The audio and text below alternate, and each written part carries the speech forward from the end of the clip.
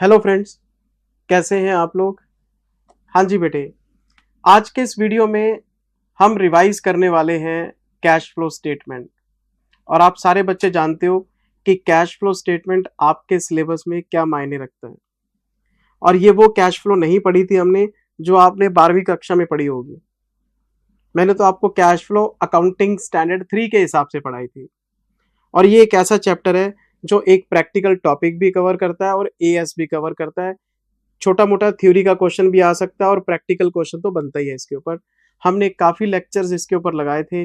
मुझे लेक्चर से कोई लेना देना नहीं, मुझे तो सारे कॉन्सेप्ट्स आपको रिकॉल कराने हैं। तो मैं 1-1.5 घंटे के अंदर आपको पूरा कैश फ्लो आपको रिवाइज कराऊंगा। क्वेश्चंस तो पॉसिबल नहीं है, कॉन्सेप्ट तो बता ही सकता हूँ। तो मैं बेटे टाइम खराब ना करते हुए इसको शुरू करता हूँ। और मैंने जब ये चैप्टर क्लास में शुरू किया था, ये कौन से नोट्स हैं, ये आपके पास भी हैं, आपकी क्लास कॉपी में लिखे हुए हैं। ये मैंने क्लास में लिखवाए थे, वहीं से रिवीजन लगवा रहा हूँ। खोलो अपनी क्लास कॉपी, इधर से मैं आपको रिवीजन लगाऊंगा, इधर से आप अपनी क्लास कॉपी चेक करते चलो। हाँ, ये बताया था, ये बताया था। तो जब आपकी क्लास कॉपी से सारा चैप्टर रिवाइज करा रहा हूँ तो इजिली हो जाना चाहिए। तो ये बेटे हमारा पार्ट नंबर 1 है। पार्ट नंबर 1 बोलो, लेक्चर नंबर 1 बोलो, वीडियो नंबर 1 बोलो, एक ही बात है। ये हमारी फर्स्ट क्लास थी और मैंने कैश फ्लो शुरू करने के टाइम पहला कॉन्सेप्ट आपको एप्लीकेबिलिटी के बारे में बताया था। मैंने आपको सबसे पहले ये बताया था कि कैश फ्लो स्टेटमेंट कौन कौन से एंटिटीज के लिए मैंडेटरी है। तो एक तो मैंने आपको बोला था नॉन एसएमसी, बड़ी कंपनीज, और एक आपको बोला था लेवल 1। ये लेवल 1 कौन है? Non corporate entities. तो अगर आप कंपनीज की बात करेंगे तो नॉन एसएमसीज के लिए कैश फ्लो मैंडेटरी है, उनको बनाना पड़ेगा। जो लेवल 1 है ये नॉन कॉर्पोरेट के अंदर अदर देन कंपनीज, जो बड़े एंटरप्राइजेज होते हैं। इसका मतलब ये हुआ कि जो कंपनियां एसएमसी की कैटेगरी में आती हैं, स्मॉल एंड मीडियम में, कैश फ्लो एग्जम्प्टेड है उनको। तो जो आपके एमएसएमई हैं, micro small medium, level 2, level 3, level 4, इनको भी एग्जम्प्टेड है। और एक बात बताई थी कि हम इनको जो कैश फ्लो एग्जम्प्ट कह रहे हैं वो फुली एग्जम्पशन है। कैश फ्लो नाम की चीज ही नहीं है इनके लिए। अगर ये कैश फ्लो नहीं बनाते कोई प्रॉब्लम वाली बात नहीं है, फुली एग्जम्प्टेड है। एक तो सेगमेंट रिपोर्टिंग इनके लिए फुली एग्जम्प्टेड होता है और एक आपका कैश फ्लो फुली एग्जम्प्टेड होता है। तो कैश फ्लो अगर मैंडेटरी है इंडिया में तो नॉन एसएमसी और लेवल 1। और एक बात आपको पता है, अकाउंटिंग स्टैंडर्ड 3 हम उन कंपनीज पे लगाते हैं जो इंड AS 7 नहीं लगाती। एट प्रेजेंट इंडिया में 2 तरह की कंपनीज हैं। लिस्टेड, इंड AS 7 में जाओ, फाइनल में पढ़ोगे।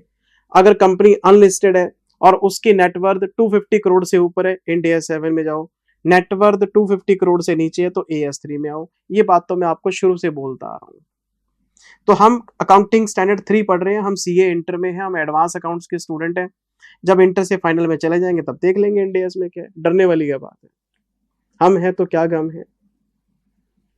तो मैं तो बेटे चैप्टर 0 से शुरू करता हूं।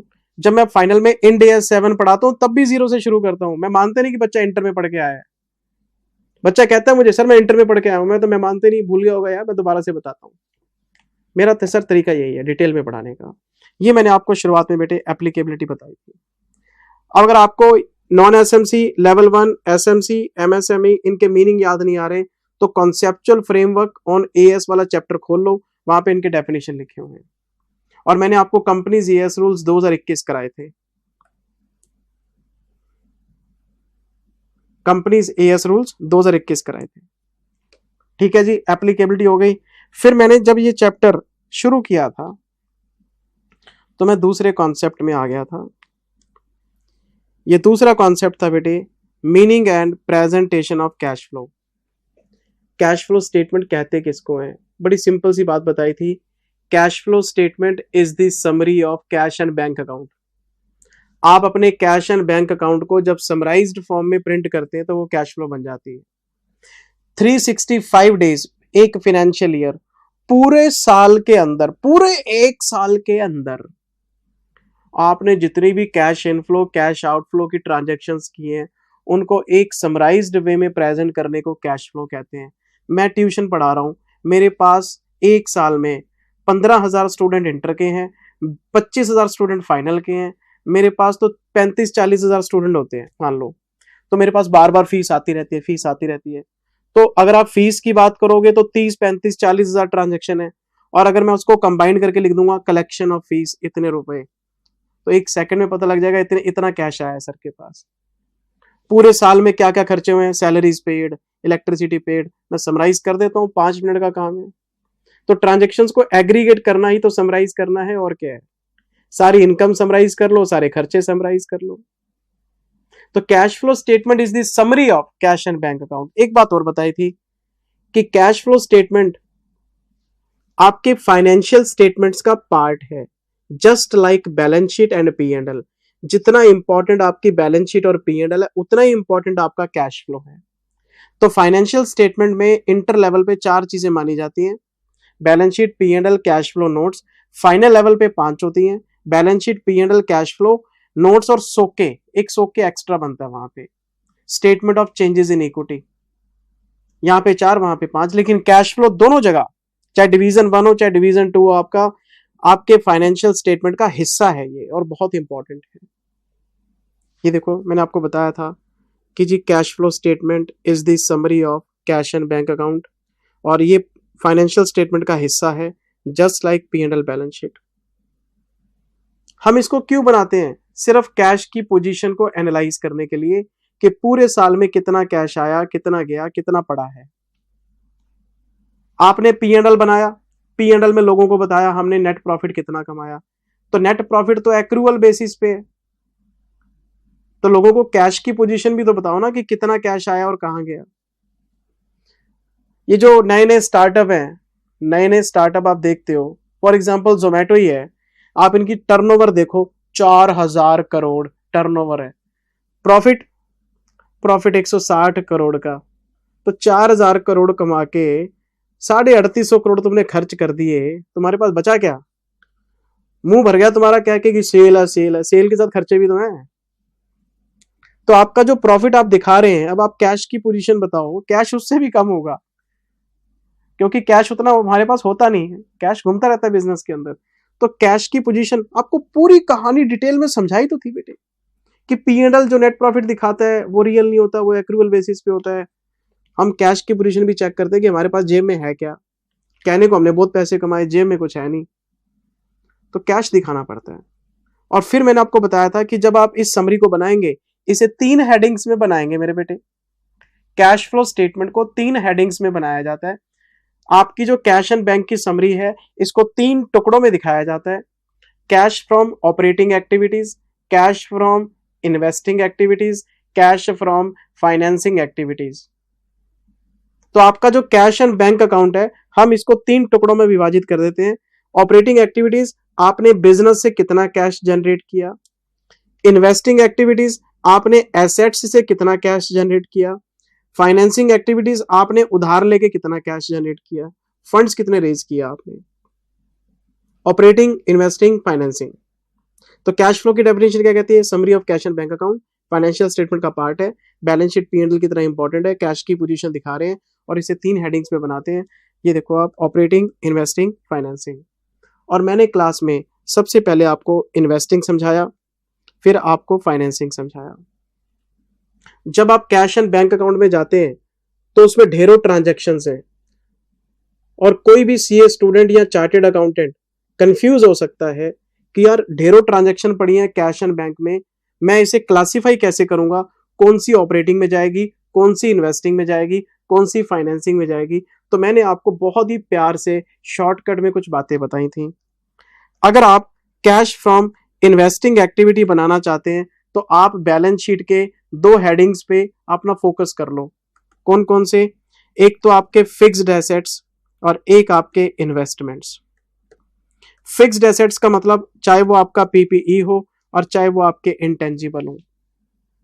जितने भी ट्रांजैक्शंस मेरे बच्चे, जितने भी ट्रांजैक्शंस आपके कैश एंड बैंक अकाउंट में इन दोनों से डील करेंगे, वो उठा के इन्वेस्टिंग में ले आना।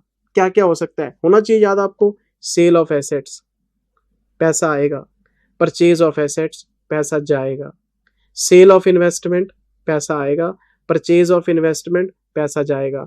अगर आप पैसा इन्वेस्ट करेंगे तो इस पे इनकम भी आएगी, income on investment. Interest received, dividend received, ये सब इन्वेस्टिंग में आते हैं। तो आप अपने कैश एंड बैंक अकाउंट में जाओ और चेक करो कि एसेट्स की सेल परचेज तो नहीं हुई या इन्वेस्टमेंट पे कोई इनकम तो नहीं आई, और अगर ऐसा कुछ मिल गया उठा के यहां ले आओ। और एक बात और बताई थी कि इन्वेस्टमेंट जो आपने लेने हैं इसमें शॉर्ट टर्म इन्वेस्टमेंट नहीं लेने, क्योंकि जो शॉर्ट टर्म इन्वेस्टमेंट्स होते हैं वो कैश इक्विवेलेंट में चले जाते हैं आपके। वो आपको अभी अभी रिवाइज कराता हूं। तो यहाँ पे जो इन्वेस्टमेंट है वो एक्सेप्ट शॉर्ट टर्म लेने, नॉर्मल इन्वेस्टमेंट लेने आपने, कैश इक्विवेलेंट वाले नहीं लेने। सेल परचेज तो building, plant, furniture, patents, copyrights, share खरीदना, डिबेंचर खरीदना, सेल परचेज सब इन्वेस्टिंग का पार्ट है। Sale of building, purchase of building, sale of plant, purchase of plant, sale of furniture, purchase of furniture, sale of investment, purchase of investment, सब investing में आता है। एक और बात बताई थी कि जब हम इन्वेस्टमेंट को बेचते हैं तो कभी कभार हमें कैपिटल गेन टैक्स देना पड़ जाता है। Long term capital gain, short term capital gain. Capital gain tax तो आता ही है जब एसेट्स को बेचेंगे, तो वो भी इन्वेस्टिंग का पार्ट है। क्यों? इसी से रिलेटेड है। चाहे कैपिटल गेन आपने एसेट्स को सेल करने पे दिया हो और चाहे इन्वेस्टमेंट पे दिया हो, अगर कोई कैपिटल गेन टैक्स आप देंगे तो इसी में आएगा। बड़ा सिंपल सा काम था। सिर्फ दो हेडिंग आपने दिमाग में बिठा लो, एक फिक्स्ड एसेट्स और एक इन्वेस्टमेंट। इन दोनों से रिलेटेड सारे ट्रांजैक्शन यहीं पे आएंगे। फिर मैंने आपको बताया था कैश फ्रॉम फाइनेंसिंग एक्टिविटीज। मैंने बोला था ट्रांजैक्शंस को रटने की जरूरत नहीं है, एक शेयर कैपिटल और एक लोन्स। जितने भी ट्रांजैक्शन, शेयर कैपिटल का मतलब चाहे ईएससी हो चाहे पीएससी हो, लोन्स का मतलब चाहे वो लॉन्ग टर्म हो चाहे वो शॉर्ट टर्म हो, कोई फर्क नहीं पड़ता।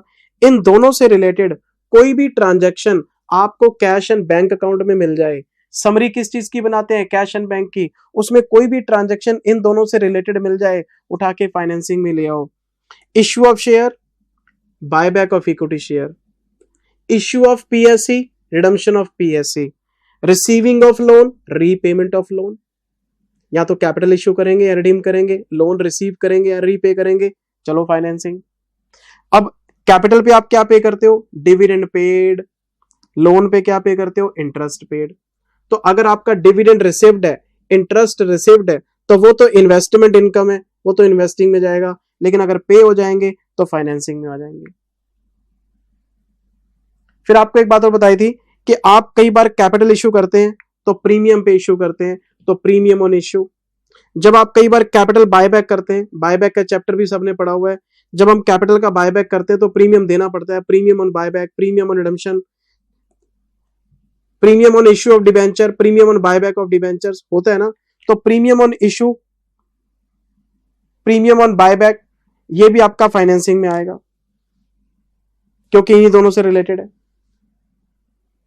Issue of capital, redemption of capital, receiving of loan, repayment of loan, interest paid, dividend paid, premium on issue, premium on redemption. कई बार आपको क्वेश्चन में लिखा मिलता था proceeds from calls in arrear, तो कॉल्स इन एरियर किस पे मिलते हैं? कैपिटल पे, चल फाइनेंसिंग। कोई मुश्किल काम थोड़ा ना बेटे। ट्रांजैक्शन याद नहीं कराई थी मैंने आपको, मैंने हेडिंग्स को याद करने की सलाह दी थी आपको। क्वेश्चन करते करते चीजें याद हो जाती हैं, वो एक अलग बात है। मैंने रट्टा नहीं मरवाया आपको।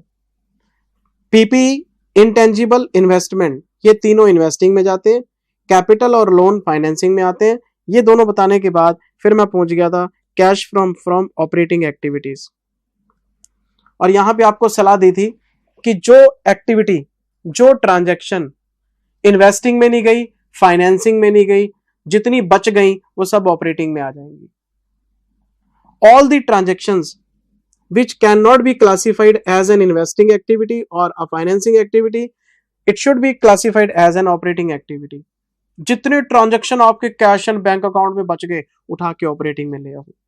और मैंने आपको बताया था ये होता क्या है, ये आपका नॉर्मल कोर्स ऑफ बिजनेस है।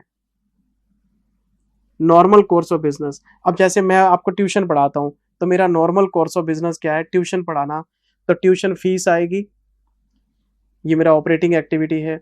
मैं किताबों की पेमेंट करूंगा क्योंकि किताबें प्रिंट कराई है मैंने। मैं पेन ड्राइव परचेज करके लाता हूं, पेन ड्राइव की बिलिंग, कोरियर की बिलिंग, सॉफ्टवेयर की बिलिंग, इलेक्ट्रिसिटी की बिल, स्टाफ की सैलरी। कितने खर्चे हैं बेटे? आपका जीएसटी, इनकम टैक्स, जो एसेट्स और मेरी कंपनी में पैसे की कमी हो गई, फंड्स को रेज करना फाइनेंसिंग है, मैं किसी एसेट को बाय कर लेता हूं या बेच देता हूं, वो ये दो चीजें अलग अलग हैं, बिजनेस से कोई लेना देना नहीं। तो हम ये देखने की कोशिश करते हैं कि आपके बिजनेस में कैश कितना जनरेट हुआ, आपने उस कैश को एसेट्स में कितना लगाया, और आपने बाहर से कितने फंड रेज किए। ये पूरी कहानी मैंने आपको बताई थी। इतना ही था बेटे। फिर मैं आपको एक बात और आगे बताई थी मैंने कि ये जो कैश फ्रॉम ऑपरेटिंग है, इसे आप दो तरीके से बना सकते हैं। या तो इसको हम डायरेक्ट मेथड से बना सकते हैं, या फिर हम इसको इनडायरेक्ट से बना सकते हैं। आमतौर पे टीचर्स कहते हुए मिलेंगे कैश फ्लो बनाने के दो तरीके हैं, direct indirect. No, cash flow बनाने के दो तरीके नहीं है, ऑपरेटिंग एक्टिविटीज को बनाने के दो तरीके हैं, डायरेक्ट और इनडायरेक्ट। इन्वेस्टिंग, फाइनेंसिंग सेम रहेगा, उसका कोई मेथड नहीं है। मेथड है तो इन दोनों का है। तो मैंने क्लास में सबसे पहले इसके ऊपर थोड़ा सा ब्रीफ आउट किया था आपको। क्या बात बताई थी कि ये जो इनडायरेक्ट मेथड है, आपको याद होना चाहिए, ये जो इनडायरेक्ट मेथड है ये मैंडेटरी था, कोई चॉइस नहीं है, मैंडेटरी है। किसके लिए? नॉन एसएमसी के लिए, लेवल 1 के लिए। यानी जिन लोगों के लिए कैश फ्लो बनाना मैंडेटरी है, उनके लिए इनडायरेक्ट मेथड भी मैंडेटरी है। पहली बात, कैश फ्लो बनाना किसके लिए मैंडेटरी था? Non SMC, level 1। और वो भी कैश फ्लो किस मेथड से बनाएंगे? इनडायरेक्ट से। क्या ये डायरेक्ट मेथड फॉलो कर सकते हैं? नो। तो बच्चा पूछता है मेरे से कि सर जिन लोगों के लिए कैश फ्लो मैंडेटरी है, उनका मेथड भी मैंडेटरी है, तो फिर डायरेक्ट मेथड यहां कर क्या रहा है? ये तो लागू ही नहीं होगा। जिन लोगों को कैश फ्लो बनानी है उनको आप कह रहे हो इनडायरेक्ट से बनाओ, तो फिर डायरेक्ट तो कभी यूज ही नहीं होगा। होगा कब? अगर कोई एसएमसी कंपनी, छोटी कंपनी, अगर कोई लेवल 2, लेवल 3, लेवल 4 छोटा enterprise, non corporate cash flow बनाना चाहे, सर उनके पास तो एग्जम्पशन है, वो कहता है मेरे को एग्जम्पशन नहीं चाहिए, मैं तो कैश फ्लो बनाऊंगा। अगर कोई छोटी कंपनी जिसको आपने एग्जम्पशन दी थी, वो एग्जम्पशन लेना नहीं चाहता, वो कैश फ्लो बनाना चाहता है, तो उसके लिए डायरेक्ट मेथड अवेलेबल है। तो ये जो डायरेक्ट मेथड है ये एसएमसी, लेवल 2, लेवल 3, लेवल 4 उनके लिए है। तो अगर कोई छोटी मोटी कंपनी या छोटा मोटा एंटरप्राइज कैश फ्लो बनाने में इंटरेस्टेड है, तो वो डायरेक्ट मेथड का इस्तेमाल कर सकता है। इसका मतलब जो इनडायरेक्ट मेथड है ये बड़ी एंटरप्राइजेस के लिए है, और जो डायरेक्ट मेथड है ये छोटे एंटरप्राइजेस के लिए है, जिनके लिए एग्जम्पशन अवेलेबल था लेकिन उन्होंने अवेल किया नहीं। फिर बच्चे का अगला डाउट, सर पेपर में थोड़ा ना बताएगा, पेपर में थोड़ा ना बताएगा कि कंपनी छोटी है कि बड़ी है, पेपर में हम कैसे चुनाव करेंगे कि कौन सा मेथड लगाना है? चलो प्रैक्टिकली तो आपने बता दिया, तो मैंने आपको एक हिंट दिया था, पेपर में आपको 1 सेकंड में पता लग जाएगा कि डायरेक्ट लगेगा कि इनडायरेक्ट। आपने पेपर में क्या करना है? सबसे पहले ये ढूंढना है कि क्या बैलेंस शीट है, क्या P&L है, क्या नेट प्रॉफिट है, एनीवन। इन तीनों में से एक चीज आप ढूंढ लो। आपने क्वेश्चन लिया, उसमें बैलेंस शीट मिल जाए, well and good. Balance sheet नहीं है तो प्रॉफिट एंड लॉस मिल जाए, वेल एंड गुड। दोनों नहीं है लेकिन नेट प्रॉफिट मिल जाए, वेल एंड गुड। इन तीनों में से कुछ भी अगर आपको मिल गया तो आप हमेशा इनडायरेक्ट मेथड को फॉलो करेंगे, क्योंकि आपको पता है इनडायरेक्ट मेथड में आप नेट प्रॉफिट को बेस बनाते, पता ही है आपको इस बात का। और अगर ये नहीं है, ये नहीं है, ये नहीं है, तो प्रॉफिट बेस बन ही नहीं सकता, आपको मजबूरी में डायरेक्ट मेथड लगाना पड़ेगा। बताई थी पूरी बात, ये देखो ना कॉपी में, पहले मैंने आपको 3 हेडिंग्स बना के दिए, फिर मैं आपको इन्वेस्टिंग में ले आया, कैश फ्रॉम इन्वेस्टिंग एक्टिविटी। हाँ जी, एक तो फिक्स्ड एसेट्स आपने देखने और एक इन्वेस्टमेंट देखने, लेकिन जो इन्वेस्टमेंट्स हैं ये शॉर्ट टर्म इन्वेस्टमेंट्स नहीं होने चाहिए आपके, ठीक है जी। फिक्स्ड एसेट्स का मतलब क्या था? Tangible, intangible.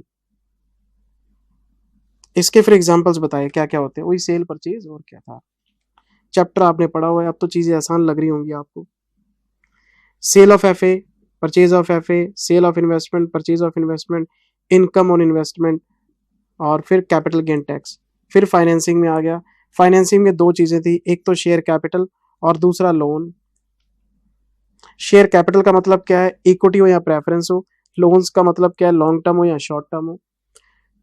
क्या क्या एग्जाम्पल थे पता ही है आपको? Issue of share, redemption of share, ये देखो, issue of share, buyback of redemption of share, receiving of loan, repayment of loan, interest paid, dividend paid, premium on issue, premium on redemption, सारी चीजें। बाकी सब ऑपरेटिंग में। फिर हम आ गए थे very very important cash from operating activity में। अगर कोई भी ट्रांजैक्शन आप क्लासिफाई नहीं कर सकते इन्वेस्टिंग और फाइनेंसिंग में, तो ये अपने आप ऑपरेटिंग में चली जाएगी। अच्छा, फिर ऑपरेटिंग को बनाने के 2 मेथड बताए थे आपको। कौन कौन से 2 मेथड? एक था डायरेक्ट, एक था इनडायरेक्ट। फिर आपको एक नोट लिखवाया था कि application of indirect method is mandatory for non SMC level 1। इसका मतलब क्या है? It means that application of direct method is available for छोटे मोटे एंटरप्राइजेस, अगर ये कैश फ्लो बनाने में इंटरेस्टेड है तो। अगर ये अपनी एग्जम्पशन अवेल नहीं करना चाहते तो कोई बात नहीं, ये छोटे मोटे एंटरप्राइजेस डायरेक्ट मेथड का इस्तेमाल कर सकते हैं, बताया हुआ आपको। फिर स्पेशल नोट लिखवाया। स्पेशल नोट में क्या लिखवाया कि अगर balance sheet, P and L, net profit, इसमें से एक भी चीज मिल जाए, क्वेश्चन में गिवन है इनडायरेक्ट लगा दो, नहीं गिवन है तो डायरेक्ट लगा दो। और फिर मैंने डायरेक्ट मेथड को समझाना शुरू किया था। ये कॉन्सेप्ट नंबर 3 आ गया था, एक्सप्लेनेशन ऑन डायरेक्ट मेथड। हमने पूरे चैप्टर में कहीं भी इन्वेस्टिंग और फाइनेंसिंग को दोबारा डिस्कस नहीं करा, हमारा सारा डिस्कशन ऑपरेटिंग पे रहा। पूरा चैप्टर ऑपरेटिंग एक्टिविटीज पे ही निकल गया हमारा। तो मैंने सबसे पहले आपको डायरेक्ट मेथड बताया। तो डायरेक्ट मेथड कैश फ्लो का नहीं है, ऑपरेटिंग एक्टिविटीज का है। Operating activities direct method. बताओ क्या बताया था इसमें आपको? मैंने आपको डायरेक्ट मेथड का मतलब बताया था कि डायरेक्ट बोलते क्यों है इसको, डायरेक्ट को डायरेक्ट क्यों बोलते हैं, इनडायरेक्ट को इनडायरेक्ट क्यों बोलते हैं। पक्की रीजनिंग बताई थी आपको। इसको डायरेक्ट इसलिए बोलते हैं बेटे कि ना मैं बैलेंस शीट में जाऊंगा, ना मैं पी एंड एल में जाऊंगा, मैं कहीं पहुंचूंगा ही नहीं। मैं सीधा क्या करूंगा? कैश एंड बैंक अकाउंट में जाऊंगा सीधा, और कैश एंड बैंक अकाउंट के डेबिट साइड के और क्रेडिट साइड के सारे ट्रांजैक्शंस को पढ़ूंगा एक एक करके, और मैं अपनी कैश फ्लो यहीं से बना लूंगा। मुझे सबसे पहले मिला ओपनिंग बैलेंस। मैंने बोला बैलेंस तो टैली होते हैं, बैलेंस कहीं आते थोड़ा ना, बैलेंस को हमने एक बार होल्ड कर लिया। मैंने डेबिट साइड में पढ़ा तो मुझे मिला cash sales. Cash sales, goods बेचे हमने। तो क्या ये इन्वेस्टिंग है? क्या ये फिक्स्ड एसेट है? नहीं। क्या ये इन्वेस्टमेंट है? नहीं। क्या ये शेयर कैपिटल है? नहीं। क्या ये लोन है? नहीं। ऑपरेटिंग में चला जाएगा। कलेक्शन फ्रॉम डेटर्स, आपने कोई उधार माल बेचा होगा तो कस्टमर से पैसा आ गया, चलो ऑपरेटिंग। ऑपरेटिंग हम कैश अकाउंट में जाते हैं और वहीं से सारी क्लासिफिकेशन कर देते हैं। फिर मुझे लिखा मिला जी sale of building. Sale of building ये तो आपका इन्वेस्टिंग में जाएगा। फिर मुझे लिखा मिला जी इश्यू ऑफ शेयर्स, मैंने बोला जी ये तो फाइनेंसिंग में जाएगा। बस ये 4 ट्रांजैक्शन मिले, मैंने कैश अकाउंट को क्लासिफाई कर दिया। मैं आ गया पेमेंट साइड में, तो मुझे लिखा मिला पेमेंट टू क्रेडिटर्स। हमने कोई उधार माल खरीदा होगा तो आपको पता है ऑपरेटिंग में जाएगा। कैश परचेजेस बिजनेस से रिलेटेड है, ऑपरेटिंग।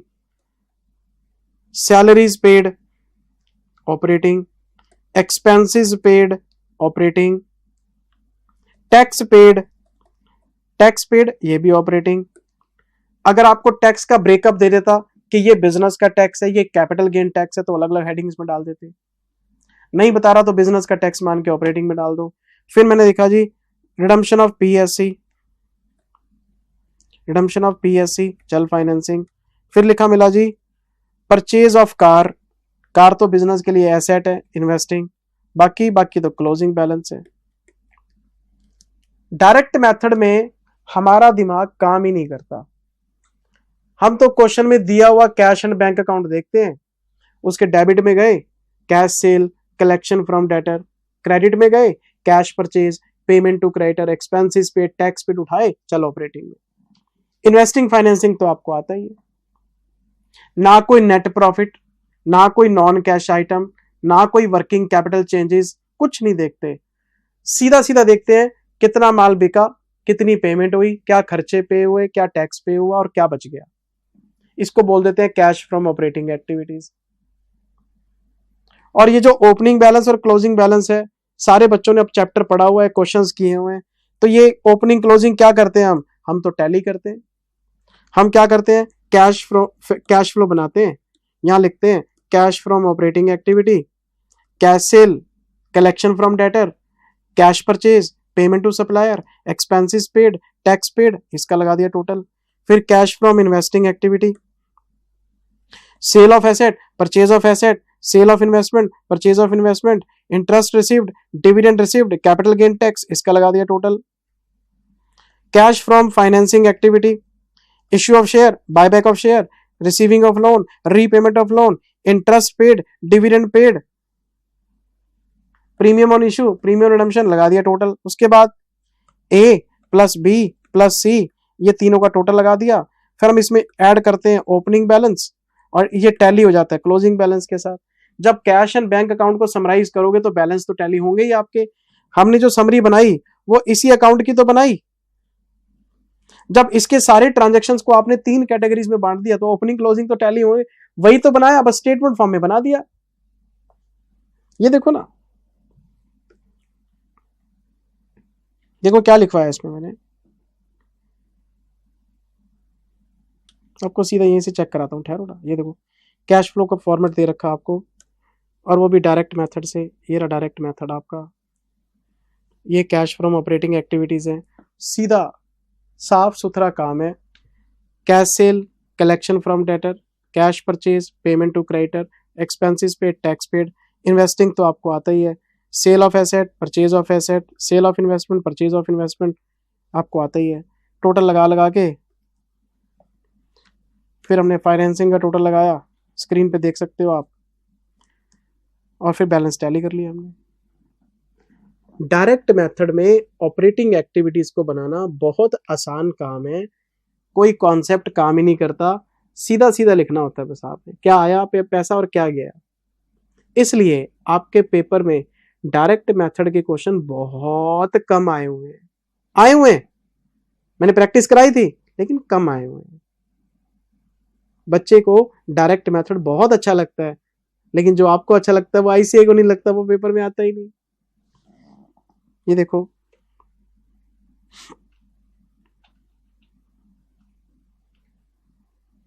ये फिर हमने एक क्वेश्चन किया क्लास का, क्वेश्चन नंबर 8, 10 मार्क्स का पेपर में आया हुआ था, सिंपल क्वेश्चन था। देखो कलेक्शन, पेमेंट, सिंपल क्वेश्चन बना के कैश फ्लो टैली कर दी।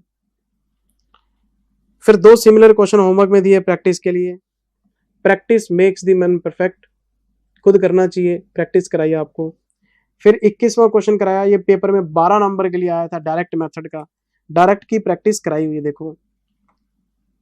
देखो वही कैश सेल, वही पेमेंट टू क्रेडिटर, वही एक्सपेंसेस पेड, वही ट्रांजैक्शंस आती है। अच्छा जी, फिर 27वां क्वेश्चन कराया, ये भी 12 नंबर के लिए।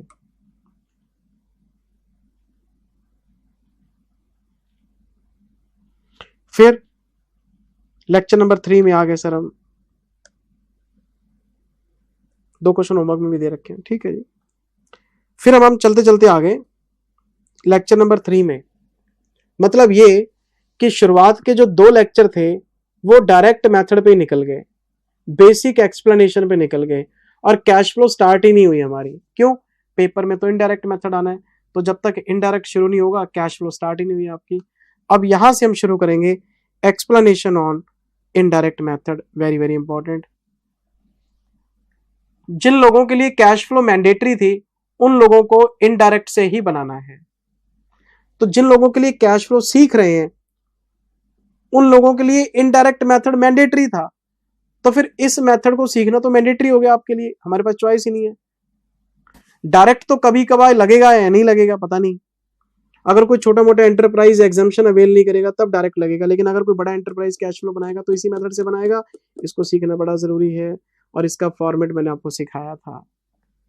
देखो जितना क्लास में मैंने टाइम लगाया था उतना तो मैं नहीं लगा सकता, अब मैं अब आपको यहाँ से फॉर्मेट ही रिवाइज कराऊंगा बेटे। क्लास में तो मैंने आपको खोल खोल के सारी चीजें बताई थी। तो इसमें मैंने आपको cash from operating activity indirect method, indirect method cash flow का मेथड नहीं है, ऑपरेटिंग एक्टिविटीज का मेथड है।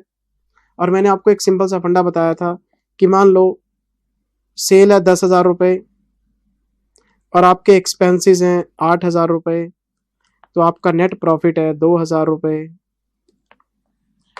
अगर आप डायरेक्ट मेथड की बात करते हो तो डायरेक्ट मेथड ये बात कहता है कि पहले आप सेल लिखो कि 10,000 की हुई है, फिर आपने कितने एक्सपेंसेस पे किए हैं ये लिखो, तो हम इसको बोलते हैं cash from operating activity. Indirect कहता है छोड़ो, इनडायरेक्ट कहता है तुम समरी बनाने आए हो तो समरी बनाओ। हमने बोला जी समरी कैसे बनेगी, कहते ये लो सीधा लिखो नेट प्रॉफिट 2,000 रुपए, ना सेल लिखने की जरूरत ना एक्सपेंस लिखने की जरूरत, सीधा नेट प्रॉफिट को बेस बना लो। तो बात तो ठीक है। अगर मैं सेल एक्सपेंसेस सब चीजें छोड़ देता हूं तो नेट प्रॉफिट को सीधा बेस बना लेता हूं, तो ये शॉर्टकट है, इसलिए इसको इनडायरेक्ट बोलते हैं। ये उल्टा चलता है। डायरेक्ट में क्या है, सारे ट्रांजैक्शन ऊपर से देखना शुरू करते हैं, sale, collection, purchase, payment, expenses, tax paid. ये कहता नहीं है, ऐसे नहीं चेक करना, नीचे से चेक करो नेट प्रॉफिट कितना है, नीचे से ऊपर चलेंगे। इनडायरेक्ट इसलिए इसको बोलते हैं। बताई तो थी बड़ी बात आपको।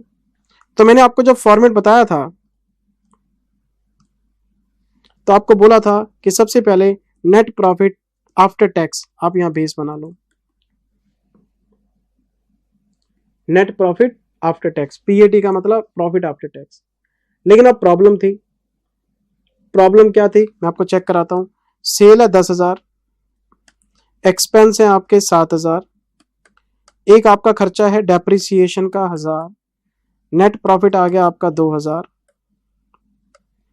अब आप कैश फ्लो बना रहे हो डायरेक्ट मेथड से, तो डायरेक्ट मेथड में सेल 10,000, एक्सपेंस 7,000, डेप्रिसिएशन आएगा नहीं क्योंकि डेप्रिसिएशन की एंट्री पास होती है डेप्रिसिएशन टू एसेट, डेप्रिसिएशन आपका नॉन कैश एक्सपेंस है।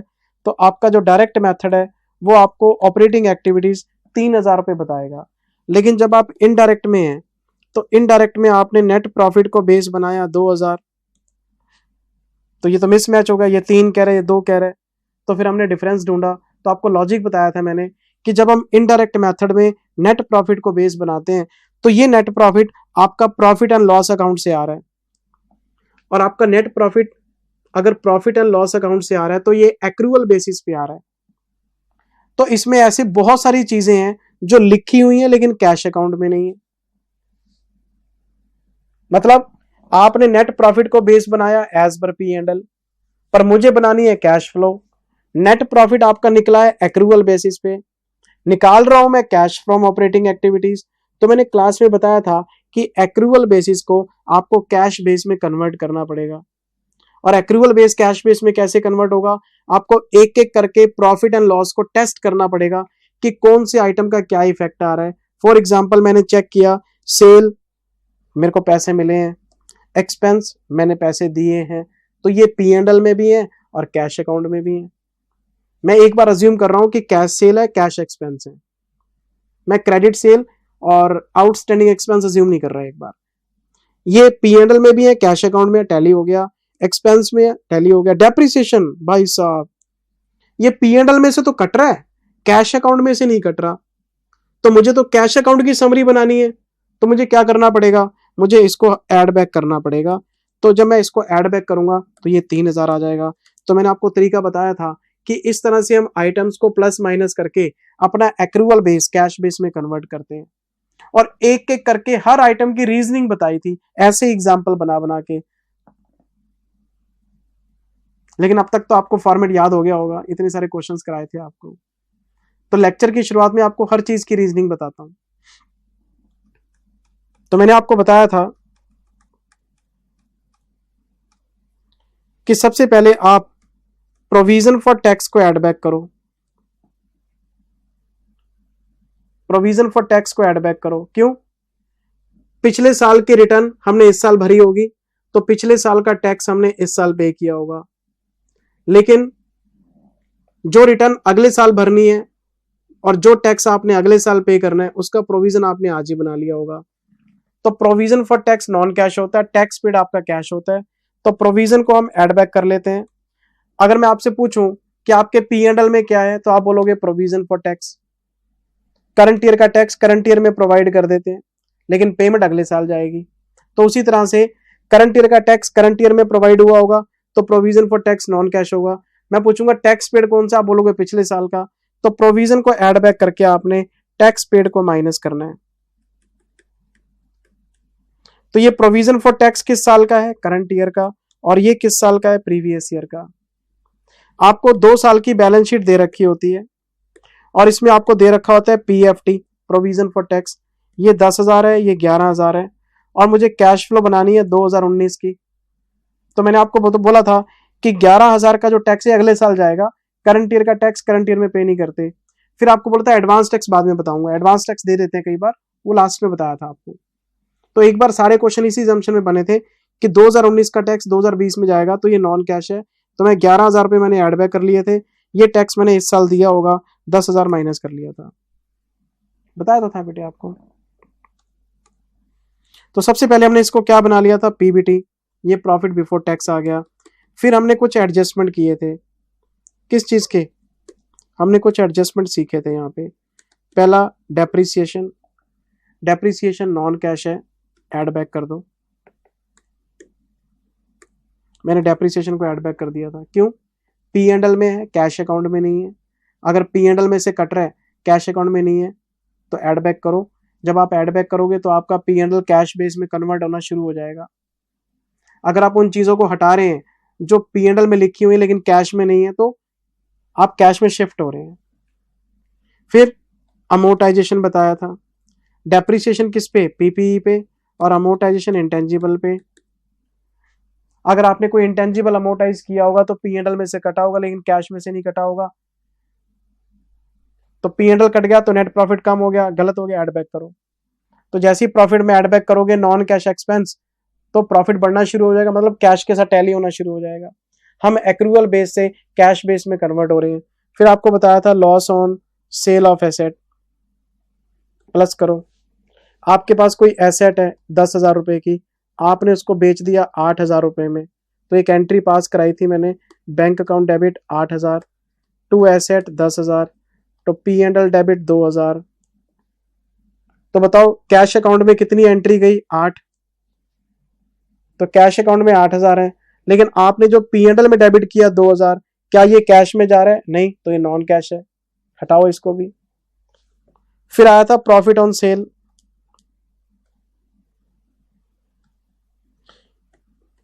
Profit on sale of asset, इसको माइनस किया था। और मैंने बोला था कि अगर 10,000 की एसेट 18,000 में बिकेगी तो एंट्री पास होगी bank account debit 18, to asset 10 और टू P&L 8। तो यहाँ पे बच्चे मेरे से भिड़ गए थे कि जनरल सर ये जो प्रॉफिट है ये तो कैश में आ रहा है, 18,000 आपकी जेब में आए हैं, 18,000 में 10,000 की कॉस्ट है, 8 का प्रॉफिट है, तो प्रॉफिट नॉन कैश कैसे हुआ। तो मैंने बोला था कि प्रॉफिट को हटाने की रीजनिंग नॉन कैश नहीं है, प्रॉफिट को हटाने की रीजनिंग कुछ और है। क्यों, ये जो 18,000 आपको मिले हैं ये आपका सेल ऑफ एसेट है। जब कोई एसेट बेचेंगे तो सेल ऑफ एसेट है, तो ये 18 के 18 इन्वेस्टिंग एक्टिविटी में जाएंगे। तो इसमें एसेट की कॉस्ट भी है, इसमें प्रॉफिट भी है, 18 के 18 इन्वेस्टिंग में जाके ऐड करो। तो फिर एक प्रॉफिट दो जगह तो नहीं आ सकता। जब 18,000 इन्वेस्टिंग में जोड़ दिया आपने, तो ये जो 8,000 का प्रॉफिट है इसको P&L में क्यों लिख रखा आपने, इसका मतलब ये नॉन ऑपरेटिंग था। ये P&L में भी ऐड हो गया, इन्वेस्टिंग में भी ऐड हो गया, तो P&L से हटाओ क्योंकि नॉन ऑपरेटिंग आइटम है, सेल ऑफ एसेट तो वही जाना चाहिए। तो हर चीज की रीजनिंग बताई थी आपको मैंने, सीधा फॉर्मेट थोड़ा ना रटवाया था। फाइनल के टीचर से पढ़ रहे हो भाई, अकाउंटिंग स्टैंडर्ड बोर्ड के मेंबर से पढ़ रहे हो। मैं कोई CA की डिग्री लेके नया बच्चा कोई YouTube पे थोड़ा ना पढ़ा रहा हूं। मैं कोई फाउंडेशन पढ़ाते पढ़ाते इंटर को पढ़ाने थोड़ा ना आ गया। 25 साल का एक्सपीरियंस है बेटे। मैं इस चीज पे प्राउड नहीं करता, ये तो आपके कॉन्फिडेंस के लिए बोलता रहता हूं कि मैं आपको जो पढ़ा रहा हूं वो सही है, डाउट मत किया करो। YouTube पे एक नए टीचर से जिसकी आप वीडियो देख के मेरे से क्वेश्चन कई बार पूछने लग जाते हैं, वो भी मेरा स्टूडेंट है, वो भी मेरे से पढ़ा होगा। मेरी बात समझ रहे हो? मैं इस बात को डिनाई नहीं करता कि चेला कभी कभार गुरु से आगे निकल जाता है, लेकिन अभी गुरु तगड़ा है ना। अभी मैंने लड़ना नहीं छोड़ा अभी तक, ना मैंने पढ़ना छोड़ा। आपको मेरे चेहरे के कॉन्फिडेंस से पता लगना चाहिए कि सर पूरे कॉन्फिडेंस के अंदर है। अभी जिस दिन उम्र हो जाएगी, आंखें काम नहीं करेंगी, हाथ काम नहीं करेंगे, मैं बच्चों के सामने हाथ जोड़ दूंगा। लेकिन अभी अभी बिल्कुल नहीं। अभी मैं काम कर सकता हूँ, मैं अपने बच्चों को पढ़ा सकता हूँ, अच्छे से पढ़ा सकता हूँ, डील कर लूंगा मैं। ये पूरी बातें बताई थी। फिर आपको 2 एडजस्टमेंट बताए थे। इंटरेस्ट एक्सपेंस इसमें ऐड किया था, और इंटरेस्ट इनकम माइनस की थी। इसके पीछे भी लॉजिक बताया था आपको। क्या लॉजिक था? मैंने इसका लॉजिक बताया था बेटे आपको, चेक कराता हूं। आपने P&L बनाया, आपने लिखा 2 नेट प्रॉफिट, यहां लिख दिया 2 इंटरेस्ट एक्सपेंस, लोन वोन पे कोई ब्याज पे किया होगा। तो आपका जो नेट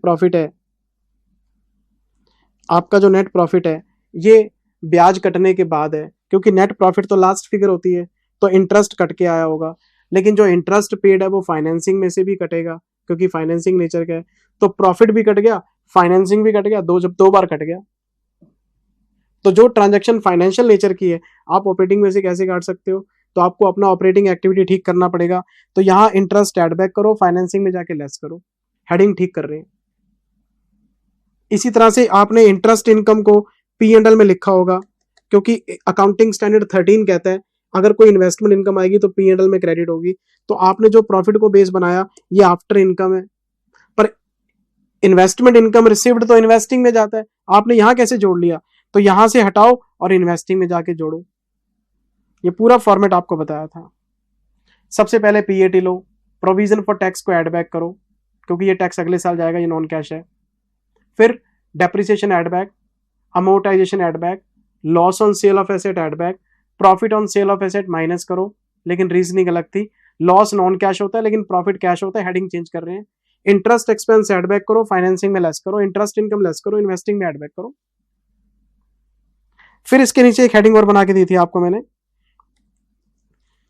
फिर आपको मैंने इतने सारे एडजस्टमेंट बताने के बाद, ये क्लास में इतनी जल्दी थोड़ा ना बताया था, जैसे मैं आपको 10-15 मिनट में बता गया। क्लास में तो आराम आराम से मालगाड़ी की तरह आराम आराम से, पता नहीं कितना टाइम लिया था बेटे बताने में। इस एंगल से बताया, इस एंगल से बताया। रिविजनरी क्लास में तो मैं मान के चलता हूँ आपने पढ़ा हुआ है, आप क्वेश्चन किए हुए, मैं बता सकता हूँ, रिवीजन करा सकता हूँ। वर्किंग कैपिटल एडजस्टमेंट, फिर एक हेडिंग बनाई थी हमने और इसमें 4 रूल लिखे थे हमने। Increase in current asset minus करेंगे, decrease in current assets plus करेंगे, increase in current liability plus करेंगे, decrease in current liability minus करेंगे, फिर टैक्स पेड आ जाएगा लास्ट में। ये कैश फ्रॉम ऑपरेटिंग एक्टिविटी आ जाता है। इसको भी रटवाया नहीं था, इसकी रीजनिंग बताई थी आपको मैंने। क्या रीजनिंग बताई थी? 2018-2019 मान लो 2 साल की बैलेंस शीट है, मैं आपको डेटर दे रहा हूं। यहाँ पे डेटर है 10,000, यहाँ पे है 12,000। डेटर बढ़ रहे हैं आपके, बताओ डेटर कितने से बढ़ गए? डेटर बढ़ गए 2,000 से। आपने P&L बनाया, यहाँ पे लिखी होगी सेल, यहाँ पे लिखे होंगे नेट प्रॉफिट। इस नेट प्रॉफिट को आपने बेस बना लिया, तो सेल लिखी हुई है, सेल के बेसिस पे प्रॉफिट आता है। लेकिन एक बात बताओ, जब 10,000 के डेटर 12,000 हो गए तो डेटर आपके 2,000 से बढ़ गए। डेटर बढ़ने का मतलब कलेक्शन कम हुआ आपको, और अगर कलेक्शन कम हुआ है तो माइनस करो। इसका मतलब ये जो सेल है, ये पूरी की पूरी सेल कैश सेल नहीं है, तो सेल को कलेक्शन बनाने के लिए 2,000 कम किया था हमने। अगर आपका ये क्रेडिटर का केस बन जाए, 11,000 के क्रेडिटर 13,000 हो गए हैं। अब बताओ क्रेडिटर बढ़ रहे हैं आपके, 11,000 के क्रेडिटर 13,000 कैसे हो गए? आपने पेमेंट कम की होगी। पेमेंट कम करेंगे तभी तो लायबिलिटी बढ़ेगी। तो आपने यहाँ पे परचेज लिखी होगी, परचेज को आपने खर्चा बना के डाल दिया, क्रेडिट परचेज है, लेकिन आपने तो 2,000 कम दिए हैं, और अगर 2000 कम दिए तो आउटफ्लो कम हुआ है, आउटफ्लो कम हुआ है तो ऐड करो। इंक्रीज इन लायबिलिटी, पूरा प्रोसेस आपको बताया था कि ये जो debtors, creditors, expense, opening stock, closing stock हम देखते हैं, BRBP, ये सारा कलेक्शन पेमेंट का खेल है। ये सारा ही कलेक्शन पेमेंट का खेल चल रहा है आपका, और हम अपना एक्रूअल बेस कैश बेस में कन्वर्ट करते हैं। एक एक पॉइंट की रीजनिंग बताई थी, और ये बेसिक फॉर्मेट निकल के आया था। ये देखो ना बेटे, आप, मैं आपको चेक कराता हूँ। ये हमारा ऑपरेटिंग एक्टिविटी का बेसिक फॉर्मेट था। पहले हमने PAT लिया, प्रोविजन फॉर टैक्स को ऐड बैक किया, क्योंकि ये टैक्स अगले साल जाएगा, ये करंट ईयर का है, इसको नेक्स्ट ईयर पे करेंगे तब देखेंगे। करंट ईयर का टैक्स नॉन कैश होता है, पिछले साल वाला कैश होता है। प्रोविजन फॉर टैक्स को ऐड करते हैं, टैक्स पेड को माइनस करते हैं। अच्छा, फिर एडजस्टमेंट कराई थी, depreciation, amortisation, loss on sale, profit on sale, interest expense, interest income. Expense को यहाँ तो ऐड कर रहे हैं, फाइनेंसिंग में से लेस करेंगे। यहाँ पे हम इंटरेस्ट इनकम को लेस कर रहे हैं, इन्वेस्टिंग में ऐड करेंगे। फिर वर्किंग कैपिटल आई थी। ये देखो ना, फॉर्मेट बना हुआ है आपकी कॉपी, कॉपी खोलो, कॉपी खोलो, कॉपी खोलो। Increase in, decrease in, increase in, decrease in. और मैंने इसको याद करने का एक तरीका बताया था, शॉर्टकट, कि अगर आपके करंट एसेट्स बढ़ रहे हैं तो एसेट्स बढ़ने का मतलब परचेज किए होंगे, आउटफ्लो, और अगर घट रहे हैं तो बेचे होंगे, ऐड कर लो। लाइबिलिटीज बढ़ रही हैं, लाइबिलिटीज बढ़ रही है तो उधार लिया होगा, ऐड कर लो। लाइबिलिटीज कम हो रही है तो पे किए होंगे, माइनस कर लो। शॉर्टकट दिया था रट्टा मारने का, कि पेपर में गलती ना हो जाए कहीं, कहाँ debtor, creditor, collection, payment check करते रहोगे। शॉर्टकट कीज है। एसेट्स बढ़ेंगे तो खरीदे होंगे, कम हो गए तो बेचे होंगे। लाइबिलिटीज बढ़ी है तो उधार लिया होगा, कम होगी तो पे किया होगा। ये लिखने का तरीका है, लेकिन मैंने आपको कॉन्सेप्ट सारा दिया था कि क्यों हो रहा है ये सब कुछ। लास्ट में टैक्स पेड आ गया था, लेकिन ये प्रीवियस ईयर का है, ये कैश फ्लो बन गया आपकी। लेक्चर नंबर 4 शुरू हो गया, और आते ही क्वेश्चन की प्रैक्टिस कराई, जितना फॉर्मेट मैंने आपको समझाया। देखो, लेक्चर नंबर 4 चल रहा है, पहले क्वेश्चन कराया, फिर शुरू हो गया खेल। इसके बाद शुरू हुआ था खेल, additional points to be considered. मैं हमेशा ऐसे पढ़ाता हूँ, पहले एक छोटा सा बेसिक फॉर्मेट देता हूँ, फिर उसमें एक एक करके कॉन्सेप्ट ऐड करता हूँ और क्वेश्चन कराता जाता हूँ, और पिक्चर कंप्लीट हो जाती है। आमतौर पे टीचर क्या करते हैं, आते हैं, बोर्ड के ऊपर सब कुछ लिख देते हैं, और सब कुछ लिखने के बाद फिर बोलना शुरू करते हैं। मेरा वो तरीका ही नहीं है। मैं तो इंटर के बच्चे को इंटर का ही मानता हूँ। मैं मान के चलता हूँ आपको कुछ नहीं आता, जीरो पे खड़े हैं। मैं आपको एकदम से झटका देता ही नहीं, पहले थोड़ा सा बताया, उसकी प्रैक्टिस कराई, फिर उसमें एक कॉन्सेप्ट डाला, उसकी प्रैक्टिस कराई, फिर एक दो कॉन्सेप्ट और डाले, फिर उसकी। तो मैंने क्वेश्चन का चुनाव किया हुआ कि पहले ये बताना है, फिर ये बताना है, फिर ये बताना है। फिर धीरे धीरे हम जब आगे बढ़ते हैं, सारे कॉन्सेप्ट इंक्लूड करते जाते हैं, फिर हम अच्छे क्वेश्चन पे पहुंच जाते हैं। मैंने सारे चैप्टर ऐसे पढ़ाए हैं आपको। पहला पॉइंट बेटे, अगर क्वेश्चन में नेट प्रॉफिट नहीं दिया तो क्या करेंगे? अगर क्वेश्चन में नेट प्रॉफिट नहीं दिया तो क्या करेंगे? Cash from operating activities. आप इसमें बेस बनाते हो नेट प्रॉफिट को, नेट प्रॉफिट ही मिसिंग है, लो कर लो बात। अगर तो नेट प्रॉफिट दे रखा है, नेट प्रॉफिट का मतलब PAT, अगर तो PAT दे रखा है, उठा के सीधा लिख लो। लेकिन अगर प्रॉफिट मिसिंग है तो क्या करोगे? तो आपको मैंने क्लास में बताया था, अगर नेट प्रॉफिट मिसिंग है तो इसकी कैलकुलेशन आपको आनी चाहिए। तो इसकी कैलकुलेशन करने के लिए क्या करा था हमने, हम बैलेंस शीट में पहुंच गए थे। बैलेंस शीट मेरे पास 2 साल की है, मैं इसमें चेक करूंगा कि मेरा जनरल रिजर्व कितना है। अच्छा, मैं देखूंगा मेरा P&L कितना है, जिसको मैं रिटेन्ड अर्निंग भी बोल देता हूँ। ये 11 है, ये 15 है। फिर मैं डिविडेंड्स देखता हूँ, प्रपोज डिविडेंड, ये प्रपोज डिविडेंड है 10,000, यहाँ पे है 12,000। जिंदल सर प्रपोज डिविडेंड का तो कॉन्सेप्ट ही खत्म हो गया।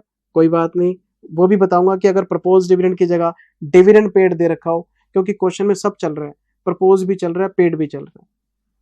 तो एक बार प्रपोज डिविडेंड वाला कॉन्सेप्ट रिवाइज कर लो, फिर अभी अभी अभी आपको डिविडेंड पेड वाला अभी अभी चेक कराता हूँ। एक सेकंड रुको, मुझे पता है ये कॉन्सेप्ट एलिमिनेट हो गया, अगर आ जाए तो क्वेश्चन में आ जाता है कई बार। अच्छा लो जी, बैलेंस शीट का ये हिस्सा आपको देखना है, आपको रिजर्व्स की पोजीशन देखनी है, आपको P&L की पोजीशन देखनी है, आपको डिविडेंड की पोजीशन देखनी है। तो मैंने आपको बोला था कि 10,000 का GR 12,000 कैसे हो गया, आपने 2,000 रुपए ट्रांसफर किए होंगे। कैसे ट्रांसफर कर दिए, आपने कमाए होंगे। तो शायद आपको AS20 याद हो, मैंने आपको बताया था कि आपकी जो EAE होती है इसके 3 टुकड़े होते हैं। कुछ पैसा हम रिजर्व में डाल देते हैं, कुछ पैसा P&L में पड़ा रहता है और कुछ पैसा कंपनी डिस्ट्रीब्यूट कर देती है। कुछ डिस्ट्रीब्यूट कर दिया, कुछ रिजर्व में डाल दिया, कुछ बचा लिया। ये 3 टुकड़े मैं जोड़ने की कोशिश कर रहा हूं। प्रॉफिट मिसिंग था तो कोई बात नहीं, मैं देख रहा हूं रिजर्व में कितने डाल दिए, बचा कितने लिए, बांट कितने दिए। मैं उन टुकड़ों को बैलेंस शीट से समेटने की कोशिश करता हूं कि 2,000 रुपए रिजर्व्स में चले गए, 4,000 रुपए मेरे P&L में पड़े हुए मैंने बचा लिए, और करंट ईयर में, ये मेरा करंट ईयर है, करंट ईयर में 12,000 रुपए मैंने डिस्ट्रीब्यूशन अनाउंस किया हुआ है। ये जो पिछले साल का डिविडेंड है, ये जो 2018 का डिविडेंड है, ये तो फाइनेंसिंग एक्टिविटी में जाएगा, ये तो पेड है। पिछले साल का डिविडेंड करंट ईयर में पे करते हैं और करंट ईयर वाला नॉन कैश होता है, इसे हम अगले साल देंगे। तो 2019 का जो करंट ईयर का डिविडेंड है वो मैंने यहां पे ऐड कर दिया। तो इसका मतलब 18,000 रुपए मैंने कमाए होंगे, ये मेरा नेट प्रॉफिट आ गया। जनरल रिजर्व का चेंज देख लो, प्रॉफिट एंड लॉस का चेंज देख लो, करंट ईयर का प्रपोज डिविडेंड ले लो। अगर मैं 3 टुकड़े जोड़ लेता हूं, मेरा प्रॉफिट आ गया। और जो पिछले साल का प्रपोज डिविडेंड है, इसे फाइनेंसिंग एक्टिविटी में पेड डिविडेंड के नाम से शो कर देते हैं हम। इसका प्रॉफिट से कोई लेना देना नहीं, ये तो कैश में जाएगा। फिर मैंने आपको एक बात बताई थी, जिस क्वेश्चन में नेट प्रॉफिट गिवन होगा, जिस क्वेश्चन में नेट प्रॉफिट गिवन होगा मेरे बच्चे, आपने क्वेश्चन देखा उसमें नेट प्रॉफिट पहले दे रखा है, नेट प्रॉफिट 50,000 है जी। तो जब नेट प्रॉफिट दे रखा है, आप बैलेंस शीट में क्यों जाओगे और टुकड़ों को क्यों जोड़ोगे जब प्रॉफिट दे रखा है? बैलेंस शीट में जाके टुकड़ों को जोड़ने वाली कहानी तभी कामयाब है जब प्रॉफिट मिसिंग होगा। कितना जोर लगाया था क्लास में मैंने, और एक बात पे बड़ा जोर दिया था, अगर क्वेश्चन में नेट प्रॉफिट गिवन है तो बैलेंस शीट का ये हिस्सा आपके लिए, ये मानो ये पैरालाइज्ड है, हमारे किसी काम का नहीं है। अगर प्रॉफिट क्वेश्चन में है, ना मैं GR देखूंगा, ना मैं P&L देखूंगा, ना मैं करंट ईयर का डिविडेंड देखूंगा, बस पिछले साल का डिविडेंड मैं फाइनेंसिंग में लिखूंगा। डिविडेंड पेड तो लिखूंगा मैं, लेकिन ये बेकार, ये बेकार, ये बेकार, ये बेकार, ये बेकार। जर्नल रिजर्व का चेंज बेकार, P&L का चेंज बेकार, करंट ईयर का डिविडेंड बेकार। अगर नेट प्रॉफिट क्वेश्चन में गिवन है, ये 3 इंफॉर्मेशन मैं यूज नहीं करूंगा। ये 3 इंफॉर्मेशन तभी काम आती है जब प्रॉफिट मिसिंग होता है। अच्छा, फिर मैं एक चीज और बताता हूं। अगर मान लो क्वेश्चन में इतनी इंफॉर्मेशन है फॉर एग्जांपल, और एडिशनल में लिखा हुआ है कंपनी पेड 12,000 डिविडेंड्स इन करंट ईयर, 12,000 का डिविडेंड करंट ईयर में पे किया है कंपनी ने, यहां पे प्रपोज डिविडेंड नहीं है, एडिशनल में पेड डिविडेंड है, मुझे प्रॉफिट निकालना है, मुझे नेट प्रॉफिट निकालना है। तो मैं बोलूंगा 2,000 रुपए का जनरल रिजर्व है, 4,000 रुपए का P&L है। तो ये जो 12,000 का डिविडेंड पे किया, मैंने बैलेंस शीट में चेक किया, क्या यहां पे कोई प्रपोज डिविडेंड है? नहीं है। पिछले साल वाला मैं फाइनेंसिंग में लेके जाता, करंट ईयर वाला मैं यहां पे ऐड करता, तो बैलेंस शीट में तो प्रपोज डिविडेंड ही नहीं है। जब बैलेंस शीट में प्रपोज डिविडेंड नहीं है, इसका मतलब ये करंट ईयर में अनाउंस हुआ, करंट ईयर में पे कर दिया। करंट ईयर में प्रपोज हुआ, करंट ईयर में पे हो गया। तो करंट ईयर में प्रपोज कैसे हुआ? आपने प्रॉफिट कमाया होगा तभी तो बांट रहे हो। तो आपको 12,000 यहां ऐड करने हैं, 12,000 ही फाइनेंसिंग में से लेस करने हैं। तो मैंने क्लास में आपको एक बात बताई थी, अगर आपके क्वेश्चन में प्रपोज्ड डिविडेंड बैलेंस शीट में नजर आ जाए, मान लो यहां पे 10 है, यहां पे 12 है, तो ये ऐड हो जाएगा, ये माइनस हो जाएगा, अमाउंट अलग अलग होगी। करंट ईयर वाला ऐड कर देंगे, पिछले साल वाला माइनस कर देंगे, अमाउंट अलग अलग होगी। लेकिन अगर किसी क्वेश्चन में आपको प्रपोज डिविडेंड नजर ना आए, यहां पे है ही नहीं, पर फिर भी पे करवा रहा है, तो फिर ऊपर भी ऐड करेंगे, नीचे भी लेस करेंगे, अमाउंट सेम रहेगी। हम ये मान लेंगे करंट ईयर में अनाउंस हुआ, करंट ईयर में पे हुआ, तो 12 ऊपर ऐड हो जाएगा, 12 नीचे लेस हो जाएगा। पूरी कहानी आपको बताई थी। तो 2 तरह के क्वेश्चन आपको मिलेंगे, या तो बैलेंस शीट में प्रपोज डिविडेंड होगा, तो पिछले साल वाला फाइनेंसिंग में, करंट ईयर वाला ऐड कर लो प्रॉफिट की कैलकुलेशन में। और अगर बैलेंस शीट में प्रपोज नहीं है लेकिन फिर भी पेड बता रहा है तो ऊपर ऐड करो, नीचे लेस करो। ऊपर ऐड क्यों करेंगे? क्योंकि प्रॉफिट निकालना है मुझे, मैंने बांटा है प्रॉफिट, तो टुकड़े जोड़ने पड़ेंगे। फाइनेंसिंग में तो जाना ही जाना है। दोनों में क्या फर्क है? प्रपोज डिविडेंड वाले केस में ऊपर और नीचे अमाउंट अलग अलग होती है, और विदाउट प्रपोज वाले केस में जब डायरेक्ट पेमेंट आती है तो ऊपर नीचे अमाउंट सेम हो जाती है। इसको कभी कभार हम इंटरिम डिविडेंड भी कह देते हैं कि इंटरिम है, करंट ईयर में अनाउंस हुआ, करंट ईयर में चला गया तो इंटरिम है। इंटरिम हो या ना हो, डिविडेंड पेड है तो ऊपर ऐड होगा, नीचे लेस होगा, अमाउंट सेम होगी। दो ही केस कराए थे आपको।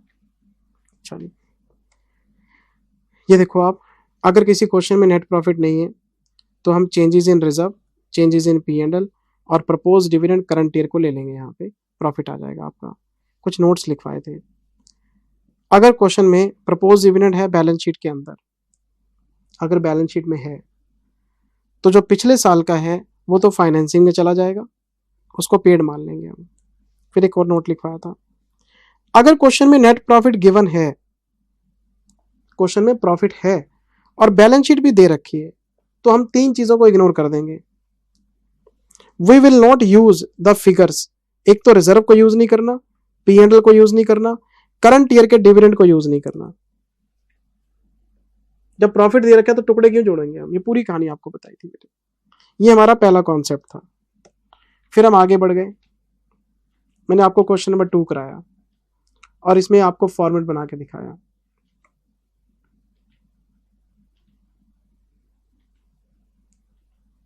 फिर क्वेश्चन नंबर 15 कराया, ठीक है जी। फिर लेक्चर नंबर 5 आ गया, लेक्चर नंबर 5 आ गया और उसमें आते ही एक कॉन्सेप्ट नंबर 2 कराया आपको, अगर टैक्स पेड गिवन है तो। अच्छा ये क्या था? 2018 2019 मान लो 2 साल की आपके पास इंफॉर्मेशन है। यहां दे रखा है PFT, ये 10,000 है, ये 11,000 है। तो प्रोविजन फॉर टैक्स का तरीका आपको पता है, ये 11,000 है, ये प्लस करेंगे, ये 10,000 है, ये माइनस करेंगे। करंट ईयर का provision for tax non cash होता है और पिछले साल का कैश होता है। करंट ईयर वाला प्रोविजन एड बैक कर देते हैं और टैक्स पेड माइनस कर देते हैं, तो आपका एक्रूअल बेस कैश बेस में कन्वर्ट हो जाता है। आपको पता है इस बात का। जब हम कैश फ्रॉम ऑपरेटिंग एक्टिविटी बनाते हैं हम लिखते हैं PAT, तो मैं इसमें ऐड करूंगा PFT, ये करंट ईयर का है 11 और मैं माइनस करूंगा टैक्स पेड, ये प्रीवियस ईयर का है 10। तो नॉन कैश को कैश बना दिया, ऐसे ही करते हैं। लेकिन नया पॉइंट क्या था, आपको नीचे लिख रखा है एडिशनल में, टैक्स पेड इन 2019 9,000। आपको टैक्स पेड की इंफॉर्मेशन दे रखी है। इसका मतलब पिछले साल का टैक्स बनता तो 10,000 है लेकिन आपने दिया 9,000 है। मैं तो ये मान रहा था कि 10,000 पेड है, लेकिन जब क्वेश्चन टैक्स पेड की अमाउंट बता देता है तो फिर हम टैक्स पेड अपने आप नहीं मानेंगे, हमें प्रोविजन फॉर टैक्स का एक अकाउंट बनाना पड़ेगा। मैं इसमें लिखूंगा ओपनिंग बैलेंस मेरा है 10 और मेरा क्लोजिंग बैलेंस है 11। पेमेंट की क्या एंट्री पास होगी? Provision for tax account debit to cash. तो टू कैश कितना है? 9,000। तो मुझे देखना पड़ेगा, टोटल बनता है 20, तो P&L आ जाएगा 10। इसका मतलब मैंने P&L से 10 ही प्रोवाइड किया होगा। मैं क्या सोच रहा था? मैं सोच रहा था इसको मैं ऐड कर दूंगा, इसको लेस कर दूंगा, तो ना तो 11 ऐड होगा ना 10 लेस होगा ना। जब आप कैश फ्रॉम ऑपरेटिंग एक्टिविटी बनाएंगे आप इसमें provision for tax add back करेंगे 10,000 का और टैक्स पेड माइनस करेंगे 9,000 का। और मैंने इसके पीछे का रीजन बताया था आपको। क्या रीजन था? आपने 10 का प्रोविजन बना रखा है, 10,000 का प्रोविजन बना रखा है, पेमेंट हुई 9, तो 1,000 रुपए का प्रोविजन पड़ा हुआ है आपके पास। आपको मेंटेन करना है 11, 1,000 का प्रोविजन पहले ही पड़ा है, मेंटेन करना है 11, तो 10 ही बनाना पड़ेगा आपको। यानी पिछले साल का प्रोविजन फालतू पड़ा था तो इस साल आपको कम बनाना पड़ा। ऐसा करो, मैं पेमेंट चेंज कर देता हूं। ये देखो, मान लो ये पेमेंट आपकी 12,000 है, अब प्रोविजन बनाया आपने 10, पेमेंट कर रहे हो आप 12, तो 2,000 की पेमेंट एक्स्ट्रा है। इसका मतलब पिछले साल का प्रोविजन कम बनाया आपने तो प्रोविजन ज्यादा बनेगा, तो 2,000 का प्रोविजन तो पिछले साल का बनाना पड़ेगा, 11 ये, तो आपका 13,000 का प्रोविजन बनेगा। लेकिन हम तो PFT अकाउंट बनाएंगे जी, ओपनिंग लिखेंगे 11, क्लोजिंग लिखेंगे इसमें 10, उल्टे लिख दिए। पीएफटी अकाउंट बनाएंगे जी हम। ओपनिंग बैलेंस मेरा 10 है, क्लोजिंग बैलेंस मेरा 11 है, पेमेंट मेरी जो है वो 12 है, टोटल लगाया तो 23, ये आ गया 13। ये मैं ऐड करूंगा कैश फ्रॉम ऑपरेटिंग एक्टिविटी में। पीएफटी 13,000 ऐड और टैक्स पेड 12,000 लेस। अगर करंट ईयर में पेमेंट कम जाएगी तो करंट ईयर में प्रोविजन भी कम निकलेगा, पेमेंट ज्यादा जाएगी तो प्रोविजन ज्यादा बनाना पड़ेगा। सिंपल सी बात थी, ये बताया था बेटे आपको, एग्जांपल बना बना के देखो। पीएफटी अकाउंट बना के दिया था, 10 था जी, क्लोजिंग 11 है जी, 9,000 की पेमेंट हुई है तो कोई बात नहीं, टैक्स पेड 9,000 है तो प्रोविजन भी 10 ही बनेगा। फिर 10 में से 9 गए, 1,000 बच गया, 11 मेंटेन करना, 10 बना दिया हमने। तो ये देखो आपको फॉर्मेट कराया हुआ है, क्या प्लस करेंगे क्या माइनस करेंगे, फिर नोट लिखवा रखे हैं।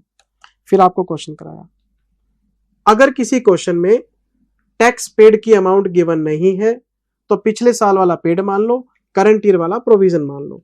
लेकिन अगर किसी क्वेश्चन में टैक्स पेड की अमाउंट गिवन है तो आपको पीएफटी अकाउंट बना के प्रोविजन निकालना पड़ेगा।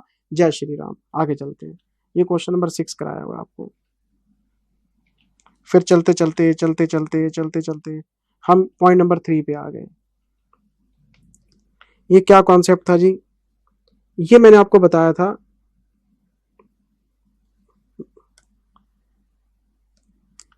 आपने एंट्री पास की, building account debit to equity share capital, preference share capital to debentures, मान लो ये एंट्री पास की। अब मुझे बताओ कैश फ्लो स्टेटमेंट का नाम क्या था? Cash flow statement is the summary of cash and bank. इस एंट्री में क्या कोई कैश आया, क्या कोई कैश गया? कोई कैश फ्लो ही नहीं है, ये तो एंट्री नॉन कैश है। और अगर ये एंट्री नॉन कैश है तो आपने गलती से भी इसको कैश फ्लो में नहीं दिखाना। कभी कभार ऐसा होता है कि हम कोई एसेट्स बाय कर लेते हैं और एसेट्स की पेमेंट कैश में ना करके शेयर्स डिबेंचर्स में कर देते हैं। तो अगर आपको क्वेश्चन बोल दे लैंड खरीदी है जी, शेयर दे दिए, हमने बिल्डिंग खरीदी है, डिबेंचर दे दिए, नॉन कैश एंट्री है, कैश फ्लो में रिफ्लेक्ट नहीं होगी। बच्चा कहता नहीं जी ये इन्वेस्टिंग में दिखाऊंगा, ये फाइनेंसिंग में दिखाऊंगा, गलत है। Cash flow statement is the summary of cash and bank. जब कोई एंट्री कैश एंड बैंक में है ही नहीं तो आप उसे कैश फ्लो में कैसे रिफ्लेक्ट कर सकते हो? सिर्फ इसलिए कि आपको पता है कि purchase of building investing nature का है और issue of share financing nature का, ऐसे थोड़ा ना होता है। कैश फ्लो तो इन्वॉल्व होना चाहिए। एक और केस कराया था कि मान लो बिल्डिंग आपकी 10 लाख की है और आपने शेयर इशू किए हैं 8 लाख के और बाकी की जो पेमेंट है 2 लाख रुपए कैश दिया आपने, तो ये जो 2 लाख रुपए कैश दिए है ना, ये कैश फ्लो में आएगा परचेज ऑफ बिल्डिंग के नाम से, और ये जो 8 लाख आपने दिए ये कैश फ्लो में नजर नहीं आएगा। तो ये नॉन कैश एंट्री, ये बताया था आपको। अच्छा जी, फिर पॉइंट नंबर 4 में आ गए थे हम। ये क्या था सर? पॉइंट नंबर 4 क्या था मैं बताता हूं, आपको रिवाइज कराता हूं। मैंने आपको कैश फ्रॉम ऑपरेटिंग एक्टिविटीज का फॉर्मेट बताया था अभी कि पीएटी ले लो, provision for tax add back कर लो, इसको पीबीटी बना लो, डेप्रिसिएशन ऐड बैक कर लो, फिर अमोर्टाइजेशन ऐड बैक कर लो, फिर loss on sale of assets, profit on sale of assets, interest expense plus कर लेंगे, इंटरेस्ट इनकम माइनस कर देंगे, वर्किंग कैपिटल चेंजेस लिख देंगे, टैक्स पेड लिख देंगे, कैश फ्रॉम ऑपरेटिंग एक्टिविटी आएगा। ये फॉर्मेट मैंने आपको स्टैंडर्ड बताया था, लेकिन जरूरी नहीं है कि ये फॉर्मेट आपका काम करे। मैंने एक प्रैक्टिकल क्वेश्चन लिया, उसमें लिखा हुआ था इन्वेस्टमेंट सोल्ड, इन्वेस्टमेंट की कॉस्ट मुझे बताई गई 10,000 और इसका सेलिंग प्राइस बताया गया 12,000। तो मैंने इसकी एंट्री पास की, bank account debit 12, to investment 10 और टू कैपिटल रिजर्व 2,000। यहां पे हो गया हमारा झगड़ा कि जिंदल सर अकाउंटिंग स्टैंडर्ड 13 कहता है इन्वेस्टमेंट को बेचने का प्रॉफिट P&L में जाएगा। बिल्कुल आपकी बात सही है, लेकिन मैंने प्रैक्टिकल क्वेश्चन पढ़ा, प्रैक्टिकल क्वेश्चन में लिखा हुआ था कि इन्वेस्टमेंट को बेचने का प्रॉफिट कैपिटल रिजर्व में जाएगा। जिंदल सर ये तो गलत है। फिर क्या हो गया? क्वेश्चन ने कह दिया क्वेश्चन भगवान है, क्वेश्चन के हाथ जोड़ के इज्जत करो, उसको बोलो कि तेरे को एएस नहीं आते कोई बात नहीं, पर हम तेरे हिसाब से चलेंगे। एग्जामिनर गधा प्रसाद हो सकता है, कोई भी उल्टी सीधी चीज बना सकता है, क्वेश्चंस में आई हुई हैं। अब बताओ क्या हुआ? क्या ये प्रॉफिट एंड लॉस में गया? नहीं। अगर ये P&L में नहीं गया तो क्या ये इस नेट प्रॉफिट में इंक्लूड है? नहीं। अगर ये इस नेट प्रॉफिट में इंक्लूड नहीं है तो मैं इस प्रॉफिट को माइनस कैसे कर सकता हूं? ये सारी चीजें जो हमने प्लस माइनस की थी, ये इस अजम्पशन के ऊपर की थी कि हमने P&L में डाली होंगी और इन सब का इफेक्ट नेट प्रॉफिट पे आ रहा होगा। लेकिन अगर कोई भी इनकम या एक्सपेंस प्रॉफिट एंड लॉस के थ्रू रूट नहीं हुई, क्वेश्चन कह दे ये तो GR में गया था, ये तो कैपिटल रिजर्व में गया था, इसका मतलब वो इनकम एक्सपेंस P&L में नहीं है, तो आपके फॉर्मेट से बाहर हो जाएगी। ना प्लस करने की जरूरत, ना माइनस करने की जरूरत, वो किसी दूसरे रिजर्व के थ्रू है। हमने क्वेश्चन किया था, लैंड को रीवैल्यू कर लिया और रीवैल्यूएशन प्रॉफिट को कैपिटल रिजर्व में डाल दिया। मैंने बोला था इसको P&L में से लेस मत करना, ये P&L के थ्रू रूट नहीं हो रहा, ये किसी दूसरे रिजर्व के थ्रू आ रहा है। ये पूरा कॉन्सेप्ट समझाया था आपको कि ये सारी चीजें तभी प्लस माइनस होंगी जब क्वेश्चन नॉर्मल है। पर अगर प्रॉफिट या कभी कह रहा था हमारा प्रोविजन फॉर टैक्स जी कॉन्टीजेंसी रिजर्व से बना है, कराया था ना क्वेश्चन एक, कि जो प्रोविजन फॉर टैक्स है ये हमने P&L से नहीं बनाया, ये तो हमने कंटीजेंसी रिजर्व से बनाया। तो मैंने बोला P&L में से प्रोविजन फॉर टैक्स जब प्रोवाइड ही नहीं हुआ तो मैं एड बैक क्यों करूंगा? फॉर्मेट से हटा दो। तो वो सारी चीजें फॉर्मेट से हटा देते हैं जो P&L में नहीं होती। कितना प्यारा कॉन्सेप्ट था और क्वेश्चन में बार बार आया था। अच्छा, इसका मतलब फॉर्मेट रटने से काम नहीं होगा, यही तो मुद्दा है इंटर का। बच्चे ने फॉर्मेट रट लिया, पेपर में चला गया, रीजन समझे नहीं, कैश फ्लो मैच होगी नहीं, उसकी गारंटी ले लो आप। तो पॉइंट नंबर 4 बहुत इंपॉर्टेंट था, इसका ध्यान रखना पड़ेगा।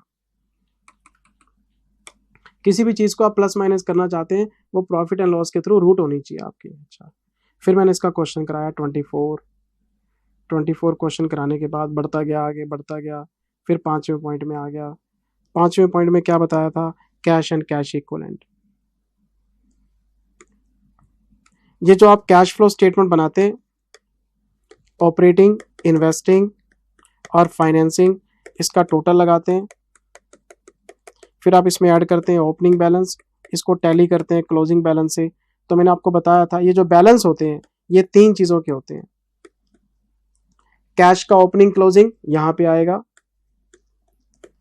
बैंक का ओपनिंग क्लोजिंग यहां पे आएगा मेरे बच्चे, कैश का ओपनिंग क्लोजिंग, बैंक का ओपनिंग क्लोजिंग यहां पे आएगा, और फिर एक इसमें था कैश इक्विवेलेंट्स। कैश इक्विवेलेंट्स का ओपनिंग क्लोजिंग भी यहां पे आएगा। तो ये कैश इक्विवेलेंट्स क्या थे? ये थे आपके शॉर्ट टर्म इन्वेस्टमेंट्स, आपके मार्केटेबल सिक्योरिटीज, आपके liquid assets, temporary investment, short term investment, temporary investment, marketable securities, कहीं भी लिखा मिल जाए कैश इक्विवेलेंट मान लेना। कैश इक्विवेलेंट होते क्या है? ये वो इन्वेस्टमेंट्स होते हैं आपके जिनका मैच्योरिटी पीरियड 90 डेज का होता है। या तो क्वेश्चन बता दे कि ये इन्वेस्टमेंट 90 डेज वाली है, उसको कैश इक्विवेलेंट में डाल देंगे। लेकिन अगर क्वेश्चन साइलेंट है, आपको यही नहीं पता कि ये इन्वेस्टमेंट इन्वेस्टिंग में जाएगी या ओपनिंग क्लोजिंग में आएगी, तो उसके नाम से आइडेंटिफाई करो। शॉर्ट टर्म इन्वेस्टमेंट लिखा हुआ है, कैश इक्विवेलेंट में ले आओ, इन्वेस्टिंग में नहीं जाना। मार्केटेबल सिक्योरिटी लिखा हुआ है, कैश इक्विवेलेंट में ले आओ, इन्वेस्टिंग में नहीं जाना। टेम्परेरी इन्वेस्टमेंट लिखा हुआ है, कैश इक्विवेलेंट में ले आओ, इन्वेस्टिंग में जो इन्वेस्टमेंट जाती है सेल परचेज में, वो ये तीनों ही नहीं होती हैं आपकी। तो आपको इन्वेस्टमेंट का बाइफरकेशन याद रखना पड़ेगा, ये बताया था बेटे आपको। फिर बच्चे पूछ लेते सर बैंक का तो नेगेटिव बैलेंस भी हो सकता है, मतलब बैंक ओवरड्राफ्ट। तो मैंने बैंक ओवरड्राफ्ट पे आपको एक स्पेशल पॉइंट बताया था, फाइनेंसिंग एक्टिविटी में ले लेना। यहां पे सिर्फ बैंक का पॉजिटिव बैलेंस आता है, बैंक का जो नेगेटिव बैलेंस है जिसको बैंक ओडी कहते हैं, तो उसका जो चेंज है वो फाइनेंसिंग एक्टिविटी में जाएगा, क्योंकि bank overdraft is a type of borrowing, short term borrowing. Bank OD नहीं लेना यहाँ पे, बैंक ओडी फाइनेंसिंग का पार्ट है। तो बैंक का पॉजिटिव बैलेंस, कैश का पॉजिटिव बैलेंस, कैश इक्विवेलेंट यहाँ पे आते हैं आपके। तो जो चीज कैश इक्विवेलेंट में आएगी वो इन्वेस्टिंग में नहीं जाएगी। तो इन्वेस्टिंग में जो इन्वेस्टमेंट्स होते हैं वो दूसरे होते हैं, यहाँ पे दूसरे होते हैं, ठीक है।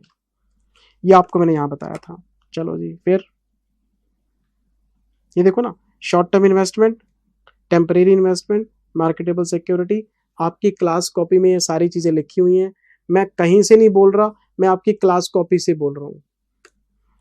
क्लास कॉपी देखो आपके पास है, फटाफट से नजर मार लो।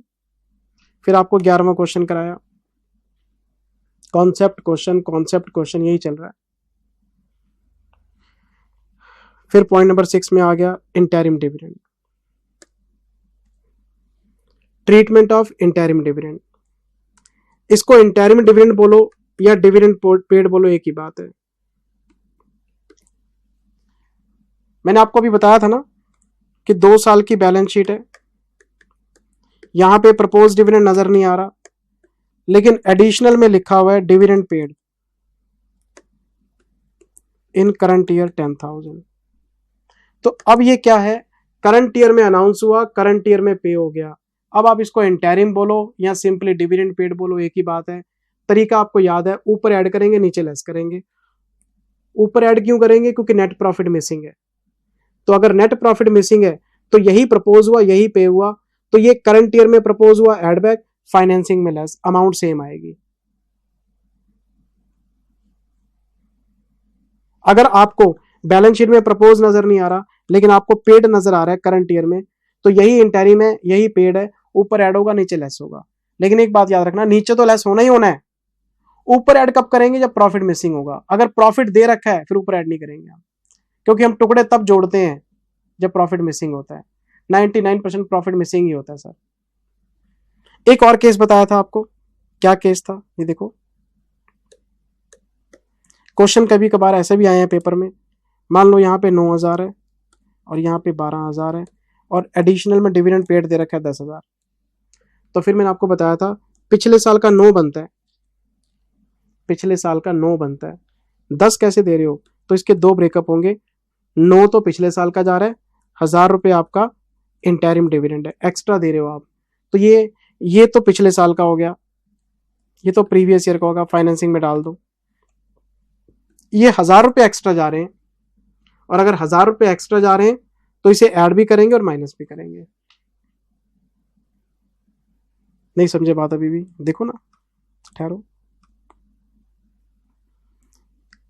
अगर आपके क्वेश्चन में मान लो ये भी नहीं है और ये भी नहीं है, दोनों ही नहीं है, तो बात बिल्कुल क्लियर है। ये जो 10,000 रुपए हैं, ये 10,000 ऊपर ऐड होंगे नीचे लेस होंगे, कोई झंझट नहीं है। लेकिन अगर आपको क्वेश्चन में ये इंफॉर्मेशन दे रखी हो, ये वाली, तो पहले हम ये करेंगे, इस 9,000 रुपए को मैं फाइनेंसिंग में लेके जाऊंगा, माइनस करूंगा। इस 12,000 रुपए को नेट प्रॉफिट की कैलकुलेशन में मैं प्लस करूंगा। ये करंट ईयर का है, ऊपर ऐड नीचे लेस। पर मैंने चेक किया, अरे ये तो 10 है, 10 में से 9 तो पुराना है, 1,000 रुपए ये तो एक्स्ट्रा जा रहे हैं। अरे भाई साहब, ये तो इंटरिम है, करंट ईयर में अनाउंस हुआ, करंट ईयर में पे हुआ, इसका ट्रीटमेंट आपको अलग से करना पड़ेगा। 1,000 रुपए ऊपर ऐड भी होंगे और नीचे लेस भी होंगे। मतलब आपके क्वेश्चन में सिर्फ डिविडेंड पेड होगा तो एक एडजस्टमेंट हो गई, ऊपर प्लस नीचे माइनस। लेकिन अगर आपके क्वेश्चन में प्रपोज डिविडेंड और पेड की अमाउंट मैच नहीं कर रही, तो पहले हम पिछले साल के डिविडेंड्स का हिसाब निपटाएंगे, फिर इंटरिम को ढूंढ के अलग से वर्किंग बनाएंगे। ये नेट प्रॉफिट में अलग से प्लस होगा और फाइनेंसिंग में अलग से माइनस होगा। तो फिर इसका मतलब क्या हुआ, जब मैं ऑपरेटिंग एक्टिविटीज बनाऊंगा तो मैं लिखूंगा journal reserve changes, P&L changes, dividends. मैं जब डिविडेंड्स पे आऊंगा तो मैं लिखूंगा 12 + 1, 13,000 मैंने करंट ईयर में बांटा है, 12 ये रहा और 1,000 ये रहा, ये एक्स्ट्रा में बांटा है। जब मैं फाइनेंसिंग एक्टिविटी में आऊंगा मैं लिखूंगा डिविडेंड पेड, प्रीवियस ईयर का तो 9,000 है जी और करंट ईयर का 1,000 रुपये। सारे केसेस आपको करा रखे हैं मैंने। अच्छा जी, फिर ये देखो ना, फॉर्मेट बना के दिखाया हुआ है। करंट ईयर का प्रपोज अलग होता है, इंटरिम अलग होता है आपका। पिछले साल का भी पे करेंगे और इंटरिम भी पे करेंगे। और अगर क्वेश्चन में प्रपोज्ड नहीं है, लो हटा दो, प्रपोज्ड नहीं है हटा दो, लो हटा दो। फिर ऊपर ऐड होगा नीचे लेस होगा, इंटरिम ही बचेगा सिर्फ आपका। तो दोनों कॉन्सेप्ट पैरेलल भी आ सकते हैं, सिंगल भी आ सकते हैं। अच्छा जी, ये देखो क्वेश्चन एग्जांपल करा रखा है आपको। पिछले साल का 10 देना है, इस साल का 18 देना है, लेकिन पेमेंट हुई है 14, 14 का ब्रेकअप हुआ पहले, तो 10 तो पुराना दे रहा हूँ, 4 नया दिया है, तो फिर 18 ऐड करूंगा ऊपर, 4 ऐड करूंगा ऊपर, 10 माइनस करूंगा नीचे, 4 माइनस करूंगा नीचे, 18 और 4, 10 और 4। एक और एग्जांपल दिया, प्रपोज्ड है ही नहीं, लो प्रपोज्ड गायब हो गया, सिर्फ डिविडेंड पेड दे रखा है, तो कोई बात नहीं, 10,000 ऐड करो, 10,000 माइनस कर लो, प्रपोज भूल जाओ, 10 ही माइनस होगा, 10 ही ऐड होगा, सब कॉपी पे लिखा हुआ है। पढ़ने की इच्छा होनी चाहिए, विल पावर होनी चाहिए, पास होने की इच्छा होनी चाहिए। जब कोई बच्चा ठान लेता ना यार जिंदगी में कुछ करना है, मैं धरती पे आया हूं, भगवान ने धरती पे पटक दिया, मैं गुमनाम होके नहीं जाना मैंने। ये जो YouTube के ऊपर लोग सेटिस्फेक्शन की बातें करती हैं, लोग बातें करते हैं। मुझे एक बंदा मिला, एक इंस्टीट्यूट की पार्टी चल रही थी, मैं थोड़ा सख्त बोलता हूँ, तो लोगों को लगता है कि शायद मुझे घमंड है, मुझे प्राउड है। मैं सच्चा आदमी हूँ, इसलिए थोड़ा सख्त बोलता हूँ, लोगों को चुप जाता हूँ। एक बंदे ने YouTube खोली, जिंदल सर ये देखो क्या लिखा हुआ है, बर्फ में भी बड़ा घमंड था, बर्फ पिघल गई, पानी हो गई। मैंने उसको बोला बंद कर ले इसको, ये डिप्रेशन वाली बातें हैं। इस दुनिया में, इस प्रैक्टिकल दुनिया में अगर रहना है तो लड़ना पड़ेगा, अपनी जगह बनानी पड़ेगी। ये बेकार की बातें मत सुनाओ मेरे को, मैं गुमनाम होके नहीं मरूंगा, मेरी तो ये सिर्फ यही बात है। पांडवों ने भी अपना अधिकार जीता लड़के, भगवान कृष्ण मित्र थे उनके, क्या भगवान ने दे दिया उनको? युद्ध करके जीता उन्होंने। लड़ना पड़ेगा, कर्म करना पड़ेगा। भगवान कृष्ण ने भी कर्म की परिभाषा लिखी है। यहां तो सब कुछ छोड़ो, जाके हिमालय पे बैठ जाओ, फिर तो मैं मानने को तैयार हूं कि आप सन्यासी हो गए जी। दुनियादारी में रह भी रहे हो और डिप्रेशन वाली बातें कर रहे हो, है बेकार की बातें। ये दुनिया उसी को सलाम ठोकती है सर जो कामयाब लोग हैं। आपके भाई बंधु, आपकी फैमिली, आपके दोस्त आपको तभी तक प्यार कर रहे हैं जब तक आप कामयाब हैं। जिस दिन पता लग गया यार ये तो जरूरतमंद आदमी है, तो लाइबिलिटी है, मेरी बातें चुभती हैं सर। इसलिए समय रहते सुधर जाओ, पढ़ना शुरू करो और अपनी जंग शुरू करो। पढ़ाई को जंग मानोगे तो जीतोगे। पेपर दे दूंगा, किस्मत में हुआ तो बन जाऊं, क्या किस्मत? हार्ड वर्क, हमेशा मेहनत जीतती है बेटे। जो आदमी मेहनती होता है भगवान को भी फल देना पड़ता है, उसको भगवान को भी झुकना पड़ता है उसके सामने कि यार ये तो बंदा मेहनती बहुत लगा ही हुआ है। ये तो हम हैं तो भगवान के बच्चे ना, हमारे अंदर भगवान बसते हैं, कैसे इग्नोर कर देंगे वो? हमें मजबूर करो भगवान को कि देना पड़ेगा तेरे को, वो देंगे, देते हैं। वो आपके विचारों के हिसाब से देते हैं, आपकी मेहनत के हिसाब से देते हैं।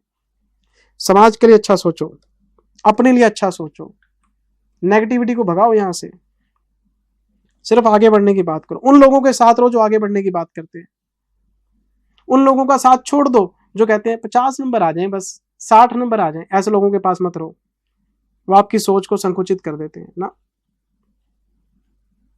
दुर्योधन के साथ रह के तो कर्ण भी बर्बाद हो गया था। साथियों की सोच का बड़ा असर होता है बेटे।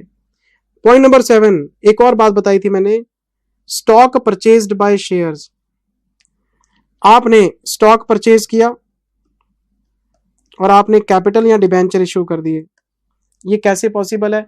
अमेलगामेशन में आपने कोई कंपनी खरीदी, उसका प्लांट, उसकी मशीनरी, उसकी बिल्डिंग, उसका स्टॉक सब ले लिया, शेयर दे दिए। तो मैं आपको अभी अभी बोल के आया हूं कि ये नॉन कैश परचेज है, कैश फ्लो में नहीं आएगा। अगर आपने कोई प्लांट खरीदा और आपने डिबेंचर दे दिए, कोई कैश फ्लो नहीं हो रहा, नॉन कैश है, ये एंट्री कैश फ्लो में आती ही नहीं। लेकिन अब मैं कुछ और बोलने जा रहा हूं। बिल्डिंग खरीदो शेयर के थ्रू, कैश फ्लो में इग्नोर कर दो। प्लांट खरीदो शेयर के थ्रू, इग्नोर कर दो। लेकिन अगर आपके पास कोई स्टॉक आया है और आपने उसकी पेमेंट शेयर में की है, तो ये एक तरह से नॉन कैश परचेज बन जाएगी।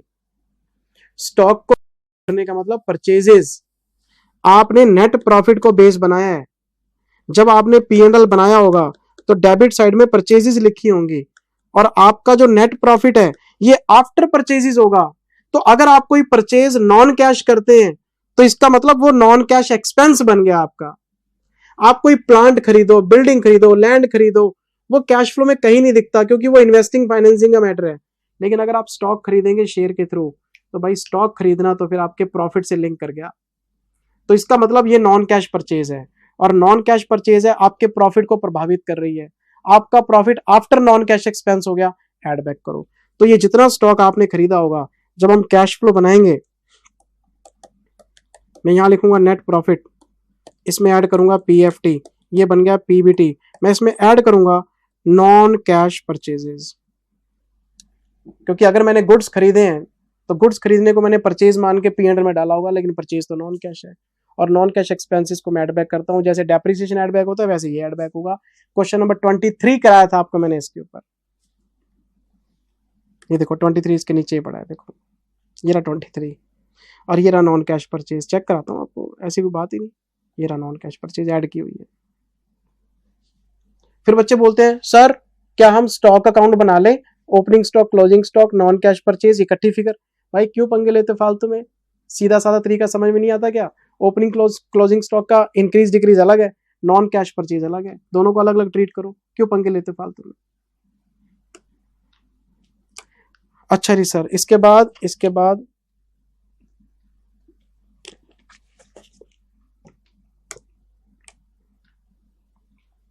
फिर मैं आगे बढ़ा, चलते चलते पॉइंट नंबर 8 पे आ गया। ये आ गया आपका ग्रांट रिसीव्ड। बड़ी सिंपल सी बात थी, अगर आपको सरकार से कोई ग्रांट मिलती है तो grant is a type of source of fund. आप शेयर होल्डर से पैसा लेते हो, फाइनेंसिंग में जाते हो, आप डिबेंचर होल्डर से पैसा लेते हो, फाइनेंसिंग में जाते हो। तो अगर आप सरकार से पैसा लेंगे ग्रांट के थ्रू, वो भी फाइनेंसिंग एक्टिविटी में जाएगा। तो अगर आपको कोई ग्रांट मिलती है उसे फाइनेंसिंग में ऐड कर लो मेरे बच्चे। और अगर आपने इस ग्रांट को पी&एल में अमोर्टाइज कर रखा हो तो एक चीज दो जगह तो आ नहीं सकती, तो ऑपरेटिंग से लेस करो और फाइनेंसिंग में ऐड करो, सिंपल सी। ये देखो आप प्रॉफिट से लेस कर दो और फाइनेंसिंग में ऐड कर दो।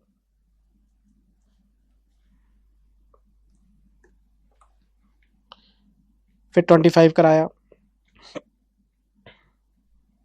अच्छा जी, फिर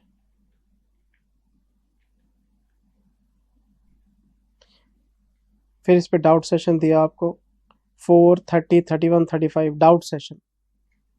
डाउट सेशन दिया आपको। फिर लेक्चर नंबर 7 आ गया। लेक्चर नंबर 7 में आगे बेटे हम adjustment of extra ordinary items, very very important. AS5 सबने पढ़ा हुआ है। एक्स्ट्रा ऑर्डिनरी आइटम किसको बोलते हैं? अगर कोई भी ट्रांजैक्शन आपके नॉर्मल कोर्स ऑफ बिजनेस का पार्ट नहीं है तो वो एक्स्ट्रा ऑर्डिनरी है।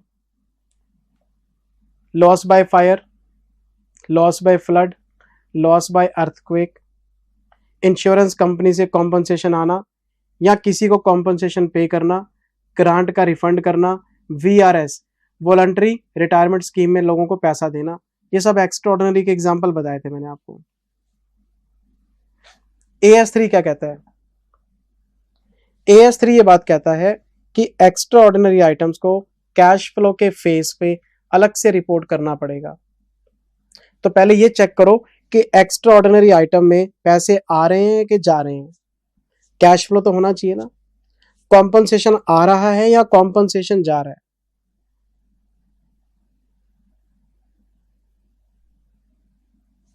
कैश आ रहा है कि जा रहा है, देख लिया। फिर आप ये चेक करो कि ट्रांजैक्शन की नेचर क्या है, ऑपरेटिंग है, इन्वेस्टिंग है या फाइनेंसिंग है। फॉर एग्जांपल आपने कोई कॉम्पनसेशन रिसीव किया है, आपका कोई फैक्ट्री में आग लग गई थी, स्टॉक डैमेज हो गया था, स्टॉक का कॉम्पनसेशन आया है, तो स्टॉक तो ऑपरेटिंग है, तो कॉम्पनसेशन भी ऑपरेटिंग है। लेकिन आपकी बिल्डिंग जल गई थी, बिल्डिंग का कॉम्पनसेशन आएगा, तो बिल्डिंग तो आपकी इन्वेस्टिंग में आती है, तो कॉम्पनसेशन भी इन्वेस्टिंग में आएगा। तो पहले ये चेक करो कितना कैश आया कितना क्या, ठीक है जी। फिर ये चेक करो इसकी नेचर क्या है। अगर ये ऑपरेटिंग नेचर का है तो ऑपरेटिंग में अलग से दिखाओ, इन्वेस्टिंग का है तो इन्वेस्टिंग में अलग से दिखाओ, फाइनेंसिंग का है तो फाइनेंसिंग में अलग से दिखाओ। जिससे रिलेट करता वहां अलग से दिखेगा। लेकिन अलग से दिखाना मुश्किल काम नहीं है, मुश्किल काम एक और काम था। आपने ऑपरेटिंग एक्टिविटीज में नेट प्रॉफिट को बेस माना हुआ है। हाँ जी सर। जब मैं P&L में गया, जब मैं P&L में गया तो मुझे P&L में नजर आया यहाँ पे बाय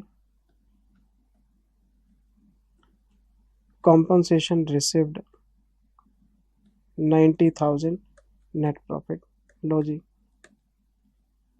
आपका जो नेट प्रॉफिट है, क्योंकि आप कॉम्पनसेशन पे करेंगे या रिसीव करेंगे जाएगा तो P&L में ही, तो आपका जो नेट प्रॉफिट है ये ऑलरेडी आफ्टर एक्स्ट्राऑर्डिनरी आइटम होता है, इसमें वो ऑलरेडी इंक्लूडेड होते हैं। तो ये जो 90,000 रुपये का आपको कॉम्पनसेशन मिला है ये नेट प्रॉफिट में इंक्लूडेड है। तो आपको मैंने एक चीज बात बताई थी कि एक्स्ट्रा ऑर्डिनरी को अलग से दिखाना है, वो बात सही है, लेकिन उससे पहले इस नेट प्रॉफिट को बिफोर एक्स्ट्रा ऑर्डिनरी तो बना लो। आपका प्रॉफिट आफ्टर एक्स्ट्रा ऑर्डिनरी है, फिर आप उसको दोबारा से लिख रहे हो तो दो बार आ जाएगा, तो पहले यहां से हटाओ।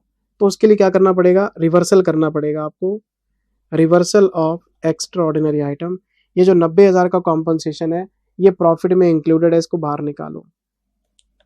एक यहाँ पे आपने कॉम्पनसेशन पे किया था किसी वर्कर को, किसी एम्प्लॉय को, उसका हाथ पैर कट गया था, 10,000 रुपये आपने दिए थे, तो इसका भी रिवर्सल करेंगे तो ये 10,000 ऐड हो जाएंगे। अब जो प्रॉफिट आया आपका ये आ गया बिफोर ईओ। अब आप अलग से दिखा लो, ये 90,000 रुपये अब आप ऐड करके दिखा सकते हो, ये 10,000 रुपये आप लेस करके दिखा सकते हो, अलग से रिपोर्ट कर सकते हो। अब इस नेट प्रॉफिट के अंदर अगर वो चीजें हैं तो मैं दो बार थोड़ा ना लिखूंगा, पहले हटाओ तो सही। तो आपको मैंने ये बोला था कि एक्स्ट्रा ऑर्डिनरी आइटम्स का आपको नेचर चेक करना पड़ेगा। अगर इनकम है तो माइनस करो, एक्सपेंस है तो ऐड करो, इसको बोलते हैं रिवर्सल। मैंने एक्सपेंस को ऐड कर दिया, यहां से कट के आ चुका था ऐड बैक कर दिया, इनकम जुड़ के आ चुकी थी माइनस कर दी, अब मेरा प्रॉफिट बिफोर एक्स्ट्रा ऑर्डिनरी है। अब मैं एक्स्ट्रा ऑर्डिनरी को अलग से लिखूंगा यहाँ पे। अगर एसेट का कॉम्पोजिशन है चलो इन्वेस्टिंग, और अगर किसी स्टॉक का है तो चलो ऑपरेटिंग, नेचर के हिसाब से देख लेंगे।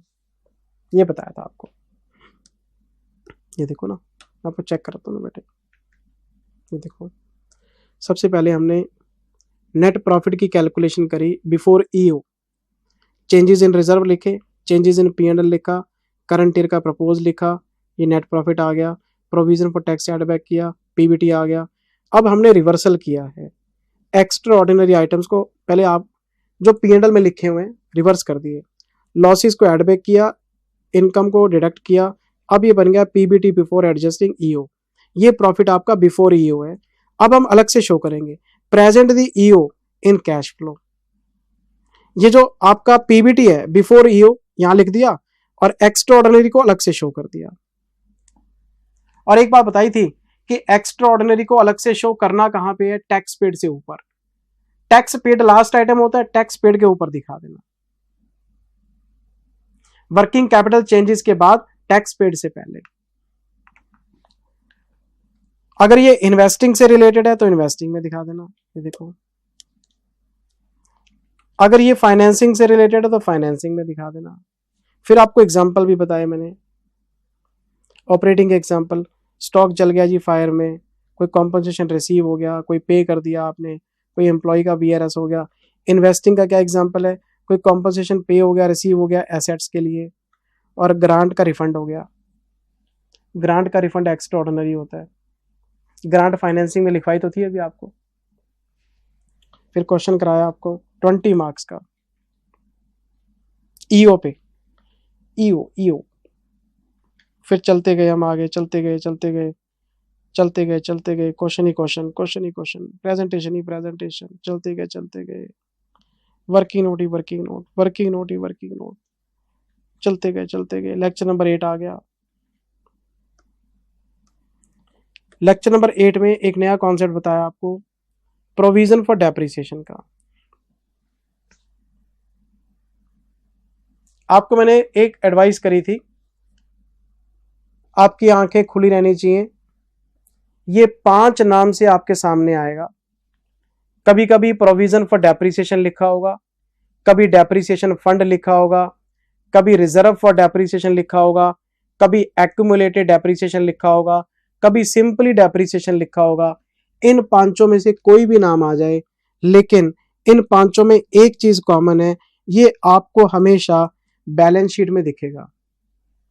अगर कोई भी डेप्रिसिएशन बैलेंस शीट में दिख गया, घंटी बज जानी चाहिए कि ये कॉन्सेप्ट लागू होगा।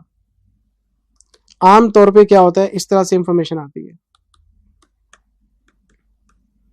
मान लो प्लांट एंड मशीनरी दे रखा है 1 लाख और 1,20,000। प्रोविजन फॉर डेप्रिसिएशन दे रखा आपको 40,000, 60,000 और आपको WDV मिलेगी 60,000, 60,000। ये इंफॉर्मेशन कहाँ मिलेगी? बैलेंस शीट में। घंटी बज जानी चाहिए कि भाई साहब डेप्रिसिएशन बैलेंस शीट में। अगर आपका डेप्रिसिएशन बैलेंस शीट में आ गया तो ये प्रोविजन फॉर डेप्रिसिएशन है। अब आपको क्या करना है, सबसे पहले इस WDV पे कांटा मार देना है। हम इस WDV को नहीं पढ़ेंगे। अब आपको अकाउंट 2 अलग अलग बनाने पड़ेंगे। ये जो प्लांट एंड मशीनरी अकाउंट है ये कॉस्ट पे बनेगा, हम इसको अलग से बनाएंगे। 1 लाख का ओपनिंग बैलेंस है, 1,20 का क्लोजिंग है, 20,000 की परचेज आ जाएगी आपकी और मैं इसे इन्वेस्टिंग में जाके लेस कर दूंगा। लेकिन प्रोविजन फॉर डेप्रिसिएशन का खाता अलग बनेगा। 40 का प्रोविजन ओपनिंग है, 60 का प्रोविजन क्लोजिंग है। तो मैंने आपको बताया था कि प्रोविजन बढ़ा क्यों, क्योंकि एंट्री पास हुई depreciation account debit to provision for depreciation. आमतौर पे एंट्री पास होती है डेप्रिसिएशन टू एसेट, लेकिन जब बैलेंस शीट में डेप्रिसिएशन अलग से दे रखा हो तो एंट्री पास होती है depreciation to provision for depreciation. तो हमने प्रोविजन में डेप्रिसिएशन की एंट्री डाल दी। तो ये डेप्रिसिएशन नॉन कैश है, ऑपरेटिंग में एड बैक हो जाएगा। और मैंने क्लास में बड़ा जोर दिया था कि डेप्रिसिएशन अब आपके प्लांट एंड मशीनरी अकाउंट में नहीं आएगा, मतलब PPE अकाउंट में नहीं आएगा, क्योंकि ये कॉस्ट पे बनेगा। जब बैलेंस शीट में ये दोनों चीजें अलग अलग दे रखी होती हैं तो ये हमेशा कॉस्ट पे बनेगा। आप एसेट की सेल परचेज तो लिख सकते हो, डेप्रिसिएशन हमेशा PFD में मिलेगा आपको और खाते 2 बनेंगे। फिर एक चीज और बताई थी कि मान लो यही एग्जांपल है भाई साहब, एडिशनल में आपको लिखा मिल गया प्लांट सोल्ड और उसकी कॉस्ट बता रहा है मुझे 40,000, उसका डेप्रिसिएशन बता रहा है मुझे 35,000 और उसका सेलिंग प्राइस बता रहा है मुझे 10,000। सेल की इंफॉर्मेशन आ गई। तो मैंने बोला था कि एक तो बैलेंस शीट में डेप्रिसिएशन का खाता दिख रहा है मेरे को, ये प्रोविजन फॉर डेप्रिसिएशन है। ऊपर से डिस्पोजल की बात कर रहे हैं, सेल की बात कर रहे हैं, सेल पे नफा नुकसान होगा। 40 की चीज थी, 35 का डेप्रिसिएशन था, तो WDV है 5 का आइटम 10 में बिक गया, 5,000 का प्रॉफिट है। अब ये कैलकुलेशन कैसे होगी? मैंने बोला था 3 अकाउंट बनेंगे आपके। तो सबसे पहले मैंने बोला था प्लांट एंड मशीनरी अकाउंट बनाओ। ओपनिंग बैलेंस लिखो 1 लाख, क्लोजिंग बैलेंस लिखो 1,20 और जो बेचा है कितने का बेचा है? 40,000 का। कॉस्ट में कॉस्ट प्लस होगी, कॉस्ट में कॉस्ट माइनस होगी। तो मैंने बोला था यहां से एक एंट्री पास कर लो, बाय डिस्पोजल 40,000। 40,000 की कॉस्ट को हटा दो, डिस्पोजल अकाउंट में ले जाओ। हम एक अकाउंट और एक्स्ट्रा बनाएंगे। अब इसका टोटल मारेंगे 160, 160, तो ये 60,000 रुपए की परचेज आ जाएगी और मैं इसे इन्वेस्टिंग एक्टिविटी में माइनस कर लूंगा। फिर मैंने बनाया PFD अकाउंट। PFD का ओपनिंग बैलेंस है 40, इसका क्लोजिंग बैलेंस है 60। जब आपने एसेट बेच दी तो उसका प्रोविजन भी हटाओ। प्रोविजन को हटाने के लिए आपको डेबिट करना पड़ेगा, तो मैंने लिख दिया टू डिस्पोजल अकाउंट। इधर से कॉस्ट को डिस्पोजल में भेज दिया, इधर से प्रोविजन को कितना 35,000 का प्रोविजन पड़ा है, हटा दो। टोटल लग गया 95। तो ये 55,000 क्या है? ये करंट ईयर का डेप्रिसिएशन है। इसको ऑपरेटिंग में ऐड बैक कर देंगे। फिर एक अकाउंट और बनाया था हमने, कौन सा? Disposal account. ये नफा नुकसान निकालने के लिए होता है। 40,000 की कॉस्ट है, यहां से आ गई। 35,000 का प्रोविजन है, यहां से आ गया। बाय कैश, कितना कैश है? 10,000। सेल ऑफ एसेट के नाम से ये 10,000 इन्वेस्टिंग में चले जाएंगे। 5,000 का प्रॉफिट आ गया, प्रॉफिट को हम ऑपरेटिंग में से लेस कर देंगे। ये आपको पूरा प्रेजेंटेशन समझाया था, ये कॉन्सेप्ट था। अगर किसी क्वेश्चन में बैलेंस शीट के अंदर डेप्रिसिएशन नजर आ जाए तो आपके जो एसेट्स हैं वो कॉस्ट पे मेंटेन हो रहे हैं, तो आपको asset account, depreciation account, disposal account सब अलग अलग बनाने पड़ेंगे। अच्छा जी सर, एग्जाम्पल बना बना के समझाए थे आपको। ये देखो ना, 40 की एसेट 60 हो गई, 20 की परचेज है, 8,000 का डेप्रिसिएशन 12,000 हो गया, 4,000 का डेप्रिसिएशन है। तो 20,000 की परचेज निकाल ली, 4,000 का डेप्रिसिएशन निकाल लिया। फिर आपको डिस्पोजल वाला एग्जाम्पल कराया होगा मैंने, ये देखो, फिर डिस्पोजल वाली बात की मैंने आपके साथ, सोल्ड वाली।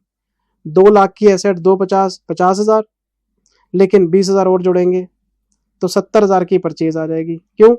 20,000 की एसेट बेचने के बाद भी 50 का इंक्रीज आ रहा है, तो 70,000 की परचेज होगी। हाँ, टाइपिंग एरर, 70,000 रुपये। या कर लेना बेटे, आप सब करवाया हुआ आपको। फिर चलते चलते चलते चलते क्वेश्चन नंबर 10 हो गया। फिर चलते चलते चलते चलते हम आगे बढ़ गए, चलते चलते चलते चलते फिर आगे बढ़ गए, चलते चलते चलते चलते फिर आगे बढ़ गए, चलते रहे हम चलते रहे। फिर आ गया लेक्चर नंबर 9, और इसमें एक पॉइंट बताया था मैंने। अब आपके पास P&L है, इसमें लिखा हुआ आपने to discount, by discount, to bad debts, sale return, purchase return. तो बच्चे पूछते हैं कि जिंदल सर, आपने नॉन कैश आइटम्स को ऐड और लेस करने की सलाह दी थी कि नॉन कैश एक्सपेंस है तो ऐड कर लो, नॉन कैश इनकम है तो माइनस कर लो। तो ये जो डिस्काउंट अलाउड है, जो कस्टमर को आप डिस्काउंट देते हैं, ये नॉन कैश एक्सपेंस है। बाय डिस्काउंट रिसीव्ड, ये नॉन कैश इनकम है। ये तो फॉर्मेट में कहीं लिखे ही नहीं आपने। बैड डेट्स को कभी फॉर्मेट में नहीं दिखाया आपने। तो उसका रीजन बेटे ये है कि आपका डिस्काउंट डेटर क्रेडिटर में एडजस्टेड होता है, आपका बैड डेट डेटर अकाउंट में एडजस्टेड होता है। जब आपने इंक्रीज इन डेटर निकाल लिया, डिक्रीज इन डेटर निकाल लिया, नहीं समझे, डेटर का ओपनिंग क्लोजिंग देख लिया, क्रेडिटर का ओपनिंग क्लोजिंग देख लिया, तो ये सारी चीजें उसमें एडजस्टेड है। आपने पहले डेटर अकाउंट बनाया होगा, उसमें ओपनिंग बैलेंस लिखा होगा, फिर ये सारी एंट्री डाली होंगी, फिर ही तो क्लोजिंग आया होगा। तो जब आपने ओपनिंग क्लोजिंग का डिफरेंस देख लिया तो इनको क्यों देखूं मैं? तो मैंने क्लास में बड़ा जोर देके एक बात बोली थी कि आपके प्रैक्टिकल क्वेश्चन के अंदर डेटर और क्रेडिटर से रिलेटेड कुछ भी आ जाए इग्नोर कर देना, उसको कैश फ्लो में मत लेना। क्यों? वो वर्किंग कैपिटल के ओपनिंग क्लोजिंग में एडजस्टेड है। तो इसलिए हमने कभी purchase return, cell return, discount, bad debts कभी नहीं पढ़े। क्यों? डेटर क्रेडिटर के ओपनिंग क्लोजिंग में सब एडजस्टेड है। इस पे मैंने एक क्वेश्चन नंबर 19 भी कराया था आपको, 18, हाँ 18 कराया था आपको। ये देखो, ये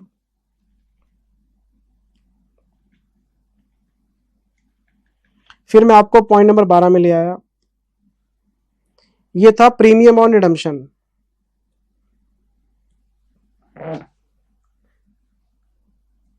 कोई भी कंपनी डिबेंचर रिडीम कर सकती है, कोई भी company preference share capital redeem कर सकती है, कोई भी कंपनी इक्विटी शेयर का बायबैक कर सकती है, पता है आपको। तो जब हम डिबेंचर को रिडीम करते हैं तो कभी कभार प्रीमियम ऑन रिडम्पशन आ जाता है। प्रेफरेंस शेयर को रिडीम करते हैं, कभी कभार उस पर प्रीमियम ऑन रिडम्पशन आ जाता है। इक्विटी शेयर बायबैक करते हैं तो प्रीमियम ऑन बायबैक आ जाता है, पता आपको। तो बस एक बात बताई थी कि प्रेफरेंस शेयर को रिडीम करने पे जो प्रीमियम देंगे वो प्रॉफिट एंड लॉस में नहीं आता, वो प्रॉफिट का डिस्ट्रीब्यूशन माना जाता है। इक्विटी शेयर के बायबैक पे जो प्रीमियम देंगे वो भी आपका एक्सपेंस नहीं है, P&L में नहीं आता, वो भी प्रॉफिट डिस्ट्रीब्यूशन में आता है। क्यों? शेयर होल्डर को आप जो भी पे करेंगे, चाहे वो डिविडेंड है चाहे प्रीमियम है, वो प्रॉफिट डिस्ट्रीब्यूशन है। लेकिन जब डिबेंचर होल्डर को हम प्रीमियम देते हैं रिडम्पशन पे, तो वो चार्ज अगेंस्ट प्रॉफिट है, क्योंकि ये आउटसाइडर है। तो अगर किसी क्वेश्चन में प्रीमियम आ जाए रिडम्पशन का, तो मैंने आपको उसका ट्रीटमेंट बताया था कि आप कैश फ्रॉम ऑपरेटिंग एक्टिविटी में सबसे पहले लिखते हैं चेंजेस इन GR, ठीक है, चेंजेस इन P&L, फिर डिविडेंड करंट ईयर का। तो आप यहां पे लिखेंगे प्रीमियम ऑन बायबैक या PSC, फिर नेट प्रॉफिट आएगा, ये PAT आ गया। फिर मैं इसमें provision for tax add back करूंगा, ये PBT आएगा। और फिर इसके नीचे आएगा add back premium on redemption of debentures. मतलब जो बायबैक का प्रीमियम है या प्रेफरेंस शेयर कैपिटल की रिडम्पशन का प्रीमियम है, ये नेट प्रॉफिट की कैलकुलेशन से ऊपर आएगा, ये डिस्ट्रीब्यूशन ऑफ प्रॉफिट है। लेकिन जो डिबेंचर वाला प्रीमियम है, ये आपका नॉन कैश एक्सपेंस वाली हेडिंग में आएगा, क्योंकि प्रीमियम को राइट ऑफ करना एक तरह से नॉन कैश है। वो कह दिया नॉन कैश है, नॉन कैश नहीं होता, ये फाइनेंसिंग में पे हो चुका आपका। रिडम्पशन ऑफ डिबेंचर फाइनेंसिंग में लिख दिया तो उसका प्रीमियम भी लिख दिया। इक्विटी शेयर का बायबैक फाइनेंसिंग में लिख दिया तो उसका प्रीमियम भी लिख दिया, तो एक आइटम दो जगह आ नहीं सकता, ऊपर ऐड कर दिया नीचे लेस कर दिया। लेकिन एक बात का ध्यान रखना, ये नेट प्रॉफिट की कैलकुलेशन से ऊपर ऐड होते हैं। अब आप बोलोगे सर क्या फर्क पड़ता है, यहाँ भी तो ऐड हो रहा है यहाँ भी तो ऐड हो रहा है, क्या फर्क पड़ता है? फर्क पड़ता है। अगर किसी क्वेश्चन में नेट प्रॉफिट गिवन है तो, अगर किसी क्वेश्चन में नेट प्रॉफिट गिवन है तो ये वाला वर्किंग आपकी इग्नोर हो जाती है। और जब आप इस वर्किंग को इग्नोर करेंगे तो बायबैक और प्रेफरेंस शेयर कैपिटल, इसका प्रीमियम आपको कहीं नजर नहीं आएगा, सिर्फ डिबेंचर वाला नजर आएगा। कितना प्यारा कॉन्सेप्ट बताया था आपको। अच्छा जी, फिर हम आगे बढ़ गए थे, फिर रेक्टिफिकेशन ऑफ मिस्टेक में आ गए थे। ये कॉन्सेप्ट नंबर 13 था हमारा। और इसमें एक बात बताई थी बेटे कि अगर आपके क्वेश्चन में कोई मिस्टेक दे रखी हो कि स्टॉक की वैल्यूएशन गलत हो गई या ये गलत हो गया, तो पहले आप मिस्टेक को रेक्टिफाई कर लो। मिस्टेक को रेक्टिफाई करके अपनी बैलेंस शीट ठीक कर लो और उसके बेसिस पे ठीक कैश फ्लो बनाओ। तो अगर कोई मिस्टेक आपको दे रखी हो क्वेश्चन के अंदर, मिस्टेक का रेक्टिफिकेशन आपको करके चलना है। गलत बैलेंस शीट को बेस बनाओगे तो कैश फ्लो भी गलत बनेगी आपकी, तो रेक्टिफिकेशन करके आगे बढ़ेंगे। तो एक स्टॉक दे रखा था 2,16,000 है जी, ये 90% है जी, हमने उसको 2,40 बनाया था, 24,000 का करेक्शन करके फिर कैश फ्लो बनाई थी। मैं क्वेश्चन नंबर 19 की बात कर रहा हूँ, ये रहा 19। इसमें स्टॉक वैल्यूएशन गलत हुई थी, हमने इसको ठीक किया था। फिर आगे बढ़ गए हम, चलते चलते चलते चलते चलते चलते फिर लेक्चर नंबर 10 आ गया। लेक्चर नंबर 10 के बाद क्वेश्चन की प्रैक्टिस जारी है। ये देखो ना, स्पेशली लिखवाया हुआ है, बैंक ओवरड्राफ्ट को हमेशा शॉर्ट टर्म बोरिंग मानना है, इसलिए फाइनेंसिंग में आता ही। चलो जी चलो, चलते चलते चलते चलते एडवांस टैक्स पे आ गया। अच्छा जी, सबसे पहले मैंने बताया था पेपर में कैसे पता लगेगा कि एडवांस टैक्स का कॉन्सेप्ट लागू करना है आपने। 2018 2019 आपको दे रखा है पीएफटी 10,000 12,000, आपको दे रखा है एडवांस टैक्स 8,000 और एडवांस टैक्स है 9,000। जब आपको कभी भी क्वेश्चन के अंदर एडवांस टैक्स का अकाउंट बैलेंस शीट में नजर आ जाए, जैसे डेप्रिसिएशन बैलेंस शीट में नजर आया था, वैसे बैलेंस शीट के अंदर एडवांस टैक्स नजर आना चाहिए, अलग से खाता खुलना चाहिए। अगर इसका अकाउंट अलग से खुला हुआ है तो फिर आपको दो अकाउंट बनाने पड़ेंगे, एक पीएफटी अकाउंट, एक एडवांस टैक्स अकाउंट। तो जब हम बनाएंगे पीएफटी, मैं इसका ओपनिंग क्लोजिंग लिखूंगा। ओपनिंग है 10,000 और इसका क्लोजिंग है 12,000। फिर मैं एडवांस टैक्स अकाउंट बनाऊंगा, इसका ओपनिंग है 8,000 और इसका क्लोजिंग है 9,000। अब इसको कैसे क्लोज करेंगे? ये जो पिछले साल में हमने एडवांस टैक्स दिया था, ये क्यों दिया था? क्योंकि पिछले साल में टैक्स बनता था 10, हमने पिछले साल का टैक्स पिछले साल ही दे दिया था। भाई पिछले साल की रिटर्न इस साल फाइल होगी, इस साल की रिटर्न अगले साल फाइल होगी, तो वैसे तो टैक्स इनकम टैक्स की रिटर्न फाइल करने के साथ जाना चाहिए, लेकिन जब हम करंट ईयर का टैक्स करंट ईयर में दे देते हैं वो एडवांस टैक्स बन जाता है। और इनकम टैक्स में सेक्शन 207 में एडवांस टैक्स मैंडेटरी है। इनकम टैक्स डिपार्टमेंट कहता है रिटर्न बाद में फाइल कर देना, टैक्स पहले दे दो।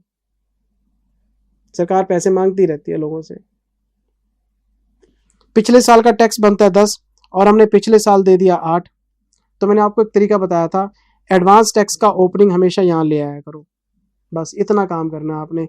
और ये यहाँ पे कैसे आएगा? यहाँ पे लिखेंगे बाय पीएफटी 8,000। इससे क्या होगा? ओपनिंग बैलेंस आपका कैंसिल हो गया, ये आ गया एडवांस टैक्स 8,000। तो देना था 10, दिया है 8, 2,000 रुपये और बनते हैं, इसी की पेमेंट करा दो, टू कैश 2,000।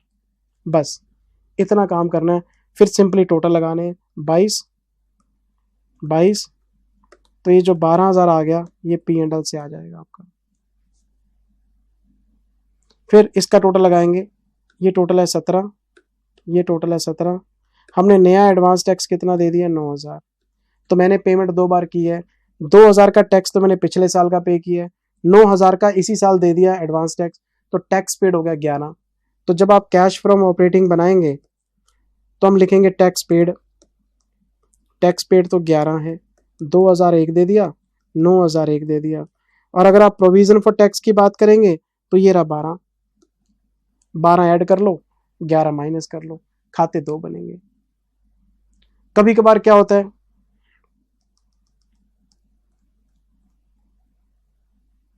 कभी कभार क्या होता है, मान लो ये 18 है, ये 18 है, तो मैंने यहाँ पे एक एंट्री पास की बाय PFT 18, मैं इसको यहाँ ले आया, एडवांस टैक्स 18, टैक्स बनता है 10, दे दिया 18, 8,000 हमने फालतू दे दिए, आपको टैक्स का रिफंड मिलेगा। कितना रिफंड मिलेगा? 8 बाय कैश। तो अगर आप टैक्स पेड को माइनस करते हैं तो रिफंड को ऐड कर लेंगे, बाकी सारी अकाउंटिंग सेम है। इसका टोटल मारेंगे, ये 30 आ जाएगा, ये भी 30 आ जाएगा, तो बाय P&L 12, और ये पेमेंट कितनी है? 9,000 बस। तो जब आप ऑपरेटिंग एक्टिविटी बनाएंगे, रिफंड को आप प्लस कर लो, कितना? 8,000, पेड को आप माइनस कर लो, कितना? 9,000, और प्रोविजन फॉर टैक्स कितना आपका? 12,000। कराया था बेटे आपको सब कुछ। बस एक एंट्री कमाल की थी, एडवांस टैक्स का ओपनिंग उठा के PFT में लेके आना है। अगर आपका एडवांस टैक्स कम है तो और पेमेंट कर दो, ज्यादा तो रिफंड ले लो, टैक्स रिफंड आपको वापस मिल जाता है। फिर हम आगे बढ़ गए। अब जैसे इस क्वेश्चन में देखो आप, ये एग्जांपल कराया था आपको, ये पिछले साल का है, तो 40,000 आपको देना पड़ेगा और पेमेंट है। एक आपको 1,20 देना है, एक आपको 40,000 देना है, तो आपका टैक्स पेड 160 आ जाएगा, और नया प्रोविजन कितना है? 2,20 का है। चलो मुश्किल काम है, पहले 40,000 की पेमेंट की, एक आपने 1,20 की पेमेंट की, और 2,20 का आपका प्रोविजन आ गया। देख लेना बेटे आप, कॉन्सेप्ट मैंने आपको रिवाइज करा दिया फटाफट से 5 मिनट के अंदर। चलो जी आगे चलते हैं। फिर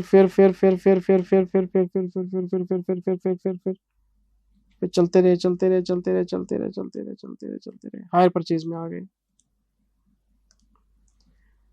अगर आपने कोई भी एसेट हायर परचेज पे ले रखी हो, आपने कार खरीदी लोन पे, तो जब आप उस लोन के इंस्टॉलमेंट चुकाओगे तो उस इंस्टॉलमेंट के अंदर 2 चीजें होंगी, एक तो प्रिंसिपल अमाउंट होगा, एक ब्याज होगा। तो जो ब्याज है वो तो फाइनेंसिंग में लेस कर देना, और जो प्रिंसिपल अमाउंट है वो इन्वेस्टिंग में जाएगी, वो परचेज ऑफ कार है आपकी, परचेज ऑफ एसेट है। तो इंस्टॉलमेंट के 2 टुकड़े करने हैं, प्रिंसिपल को इन्वेस्टिंग परचेज ऑफ एसेट मान लो, और ब्याज को फाइनेंसिंग मान लो। ये बताया था आपको कि जो कैश प्राइस है वो तो आपकी एसेट के लिए है, इन्वेस्टिंग में जाएगा, और जो ब्याज है वो फाइनेंसिंग मैटर है आपका। फिर आपको एक फॉरेन करेंसी का पॉइंट बताया था। सारे बच्चों को पता है कि मॉनेटरी आइटम्स पे हम क्लोजिंग रेट लगाते हैं, कोई डेटर है, क्रेडिटर है, कैश एंड बैंक बैलेंस है। फॉरेन करेंसी में मॉनेटरी आइटम्स पड़े हैं, तो बैलेंस शीट डेट पे आपने क्लोजिंग रेट लगा के उसको प्रेजेंट किया होगा। और जब हम, मान लो मेरे पास $10,000 के डेटर्स हैं, 60 रुपये रेट था, लेकिन बैलेंस शीट पे 61 हो गया, 1 रुपये का गेन है, तो 10,000 रुपये का गेन आपने बुक किया होगा, तो वो आपके नेट प्रॉफिट में इंक्लूड होगा। एक तरफ तो डेटर बढ़ा दिए होंगे और एक तरफ से P&L बढ़ा दिया होगा, एंट्री पास की होगी, debtor to gain, gain to P&L। तो कैश फ्लो स्टेटमेंट कहता है ये गलत है। अगर आपने मॉनिटरी आइटम्स को, चाहे वो डेटर है, क्रेडिटर है, कैश एंड बैंक है, कुछ भी है, अगर आपने उसका क्लोजिंग बैलेंस मान लो बढ़ा दिया और एक तरफ से प्रॉफिट बढ़ा दिया, गलत है, इसको रिवर्स करो आप। अब रिवर्स कैसे होगा? नेट प्रॉफिट में से माइनस करो एक्सचेंज गेन और ऐड करो एक्सचेंज लॉस, और जो डेटर, क्रेडिटर, कैश है उनको ओरिजिनल वैल्यू पे लेके आओ आप। और जब एक बार ये रिवर्स हो जाएंगे फिर हम वर्किंग कैपिटल चेंजेस निकालेंगे। तो अगर आपने मॉनिटरी आइटम को ट्रांसलेट किया होगा तो उसको कैंसिल करना पड़ेगा आपको। अगर क्रेडिटर को बढ़ाया, क्रेडिटर आपकी लायबिलिटी है, तो आपने P&L में लॉस बुक किया होगा, तो एक तरफ से क्रेडिटर बढ़ा दिए, एक तरफ लॉस डाल दिए, गलत है, ये नॉन कैश है। रिपोर्टिंग करने से कौन सा नुकसान हो गया आपको? तो एक्सचेंज लॉस को एड बैक करो और क्रेडिटर को कम करो, ओरिजिनल वैल्यू पे आओ, उसके बाद वर्किंग कैपिटल चेंजेस निकलेंगे आपके। ये बात आपको ध्यान रखनी है। अच्छा, फिर ये NBFC वाला पॉइंट आ गया था। ये आपके सिलेबस में नहीं है बैंकिंग NBFC, लेकिन वैसे बता दिया था कि जितने भी बैंक हैं, जितने भी NBFC हैं, ये फाइनेंशियल नेचर ऑफ बिजनेस चला रहे हैं। लोन देना और लोन लेना इनका काम है। लोगों से डिपॉजिट लेते हैं और लोगों को लोन देते हैं, तो ब्याज कमाना और ब्याज खर्च करना इनके बिजनेस का पार्ट है। तो आमतौर पे क्या है ना, इंटरेस्ट पेड फाइनेंसिंग में जाता है और इंटरेस्ट रिसीव्ड इन्वेस्टिंग में आता है। लेकिन बैंकिंग एनबीएफसी वाले ब्याज का जाना और ब्याज का आना ऑपरेटिंग में शो करते हैं, इन्वेस्टिंग फाइनेंसिंग में नहीं दिखाते, due to financial nature of business. ये बताया था आपको। फिर एक पॉइंट बताया था 18वां कॉन्सेप्ट, आपने सब्सिडरी में पैसा लगाया, एसोसिएट में लगाया, ज्वाइंट वेंचर में लगाया, कोई फर्क नहीं पड़ता, इन्वेस्टमेंट इन्वेस्टमेंट है, इन्वेस्टिंग एक्टिविटी में शो करेंगे। आप किसी कंपनी के 10% शेयर खरीदो, 20% खरीदो, 40 खरीदो, 60 खरीदो, 70 खरीदो, शेयर खरीदना इन्वेस्टमेंट इन शेयर है। तो purchase of share, sale of share आपके इन्वेस्टिंग में जाएंगे। तो कोई स्पेशल ट्रीटमेंट करने वाली बात नहीं है, जो आपने शुरू में पढ़ा था इन्वेस्टमेंट का पॉइंट वही लागू रहेगा इसके ऊपर। Purchase of investment, sale of investment, कोई स्पेशल पॉइंट वाली बात नहीं है इसके अंदर। फिर आपको जाते जाते एक पॉइंट बताया था टीडीएस का। ये क्या पॉइंट था? TDS on income. मेरा बैंक का ब्याज बनता है 10,000 रुपए एफडी के ऊपर इंटरेस्ट, मेरा एफडी के ऊपर इंटरेस्ट बनता है 10,000, बैंक ने 1,000 टीडीएस काट लिया, 9,000 रुपए दिए हैं मेरे को, सामने वाले से इनकम आई और उसने टीडीएस काट के दिए, तो मैं एंट्री पास करूंगा, bank account debit 9,000, TDS debit 1,000 और टू इनकम 10,000। जब आपको टीडीएस कट के पैसे मिलते हैं तो आपका कैश फ्लो कम हो जाता है। तो अगर हम उससे पूछेंगे इन्वेस्टिंग एक्टिविटी में कितनी इनकम जाएगी, मैं बोलूंगा 9,000। लेकिन आपको पता है प्रॉफिट में से इंटरेस्ट इनकम माइनस होती है और इन्वेस्टिंग में ऐड होती है, ऑपरेटिंग में से लेस करेंगे, इन्वेस्टिंग में ऐड करेंगे, यही करते हैं। तो ऑपरेटिंग में से 10 पूरे माइनस करना, क्योंकि प्रॉफिट एंड लॉस में तो पूरी फिगर गई होगी, लेकिन कैश फ्लो 9,000 है तो इन्वेस्टिंग में 9,000 ऐड होंगे, तो ऊपर से पूरा लेस करेंगे लेकिन नीचे 9,000 ऐड करेंगे। तो टीडीएस काट के जो मिला है वो आपका कैश रिसिप्ट है आपका, क्योंकि आपने दूसरी एंट्री पास की होगी, income account debit to P and L, तो पी एंड एल में 10,000 ही गए होंगे, तो ऊपर से लेस करेंगे ग्रॉस फिगर, लेकिन इन्वेस्टिंग में लिखेंगे नेट फिगर। तो एक्रूअल बेस कैश बेस में कन्वर्ट हो जाएगा, ये बताया था आपको, आपकी कॉपी में लिखा हुआ देख लेना। ये देखो ना, नेट प्रॉफिट में से interest dividend income gross minus करेंगे, लेकिन इन्वेस्टिंग में नेट ऑफ टीडीएस लिखेंगे, तो आपका एक्रूअल बेस कैश बेस में कन्वर्ट हो जाएगा। और फिर क्वेश्चन कराया आपको 38, वेरी वेरी इंपॉर्टेंट। फिर मैं आगे बढ़ गया, इतने सारे पॉइंट्स करा रखे हैं आपको, ये देखो। फिर लो जी, फिर खत्म हो गया। Thank you, best of luck. Jindal साहब का नाम आ गया, मतलब आपको मैंने इनडायरेक्ट मेथड में 19 एडजस्टमेंट कराए थे और इतने ढेरों क्वेश्चन कराए थे। कैश फ्लो आपको मैंने फटाफट से बेटे इससे फास्ट रिवीजन नहीं करा सकता था। Thank you very much, take care, bye bye. इसके बाद मैं आपको रिवाइज कराता हूँ AS 19 लीज अकाउंटिंग का। Thank you very much, take care, bye bye.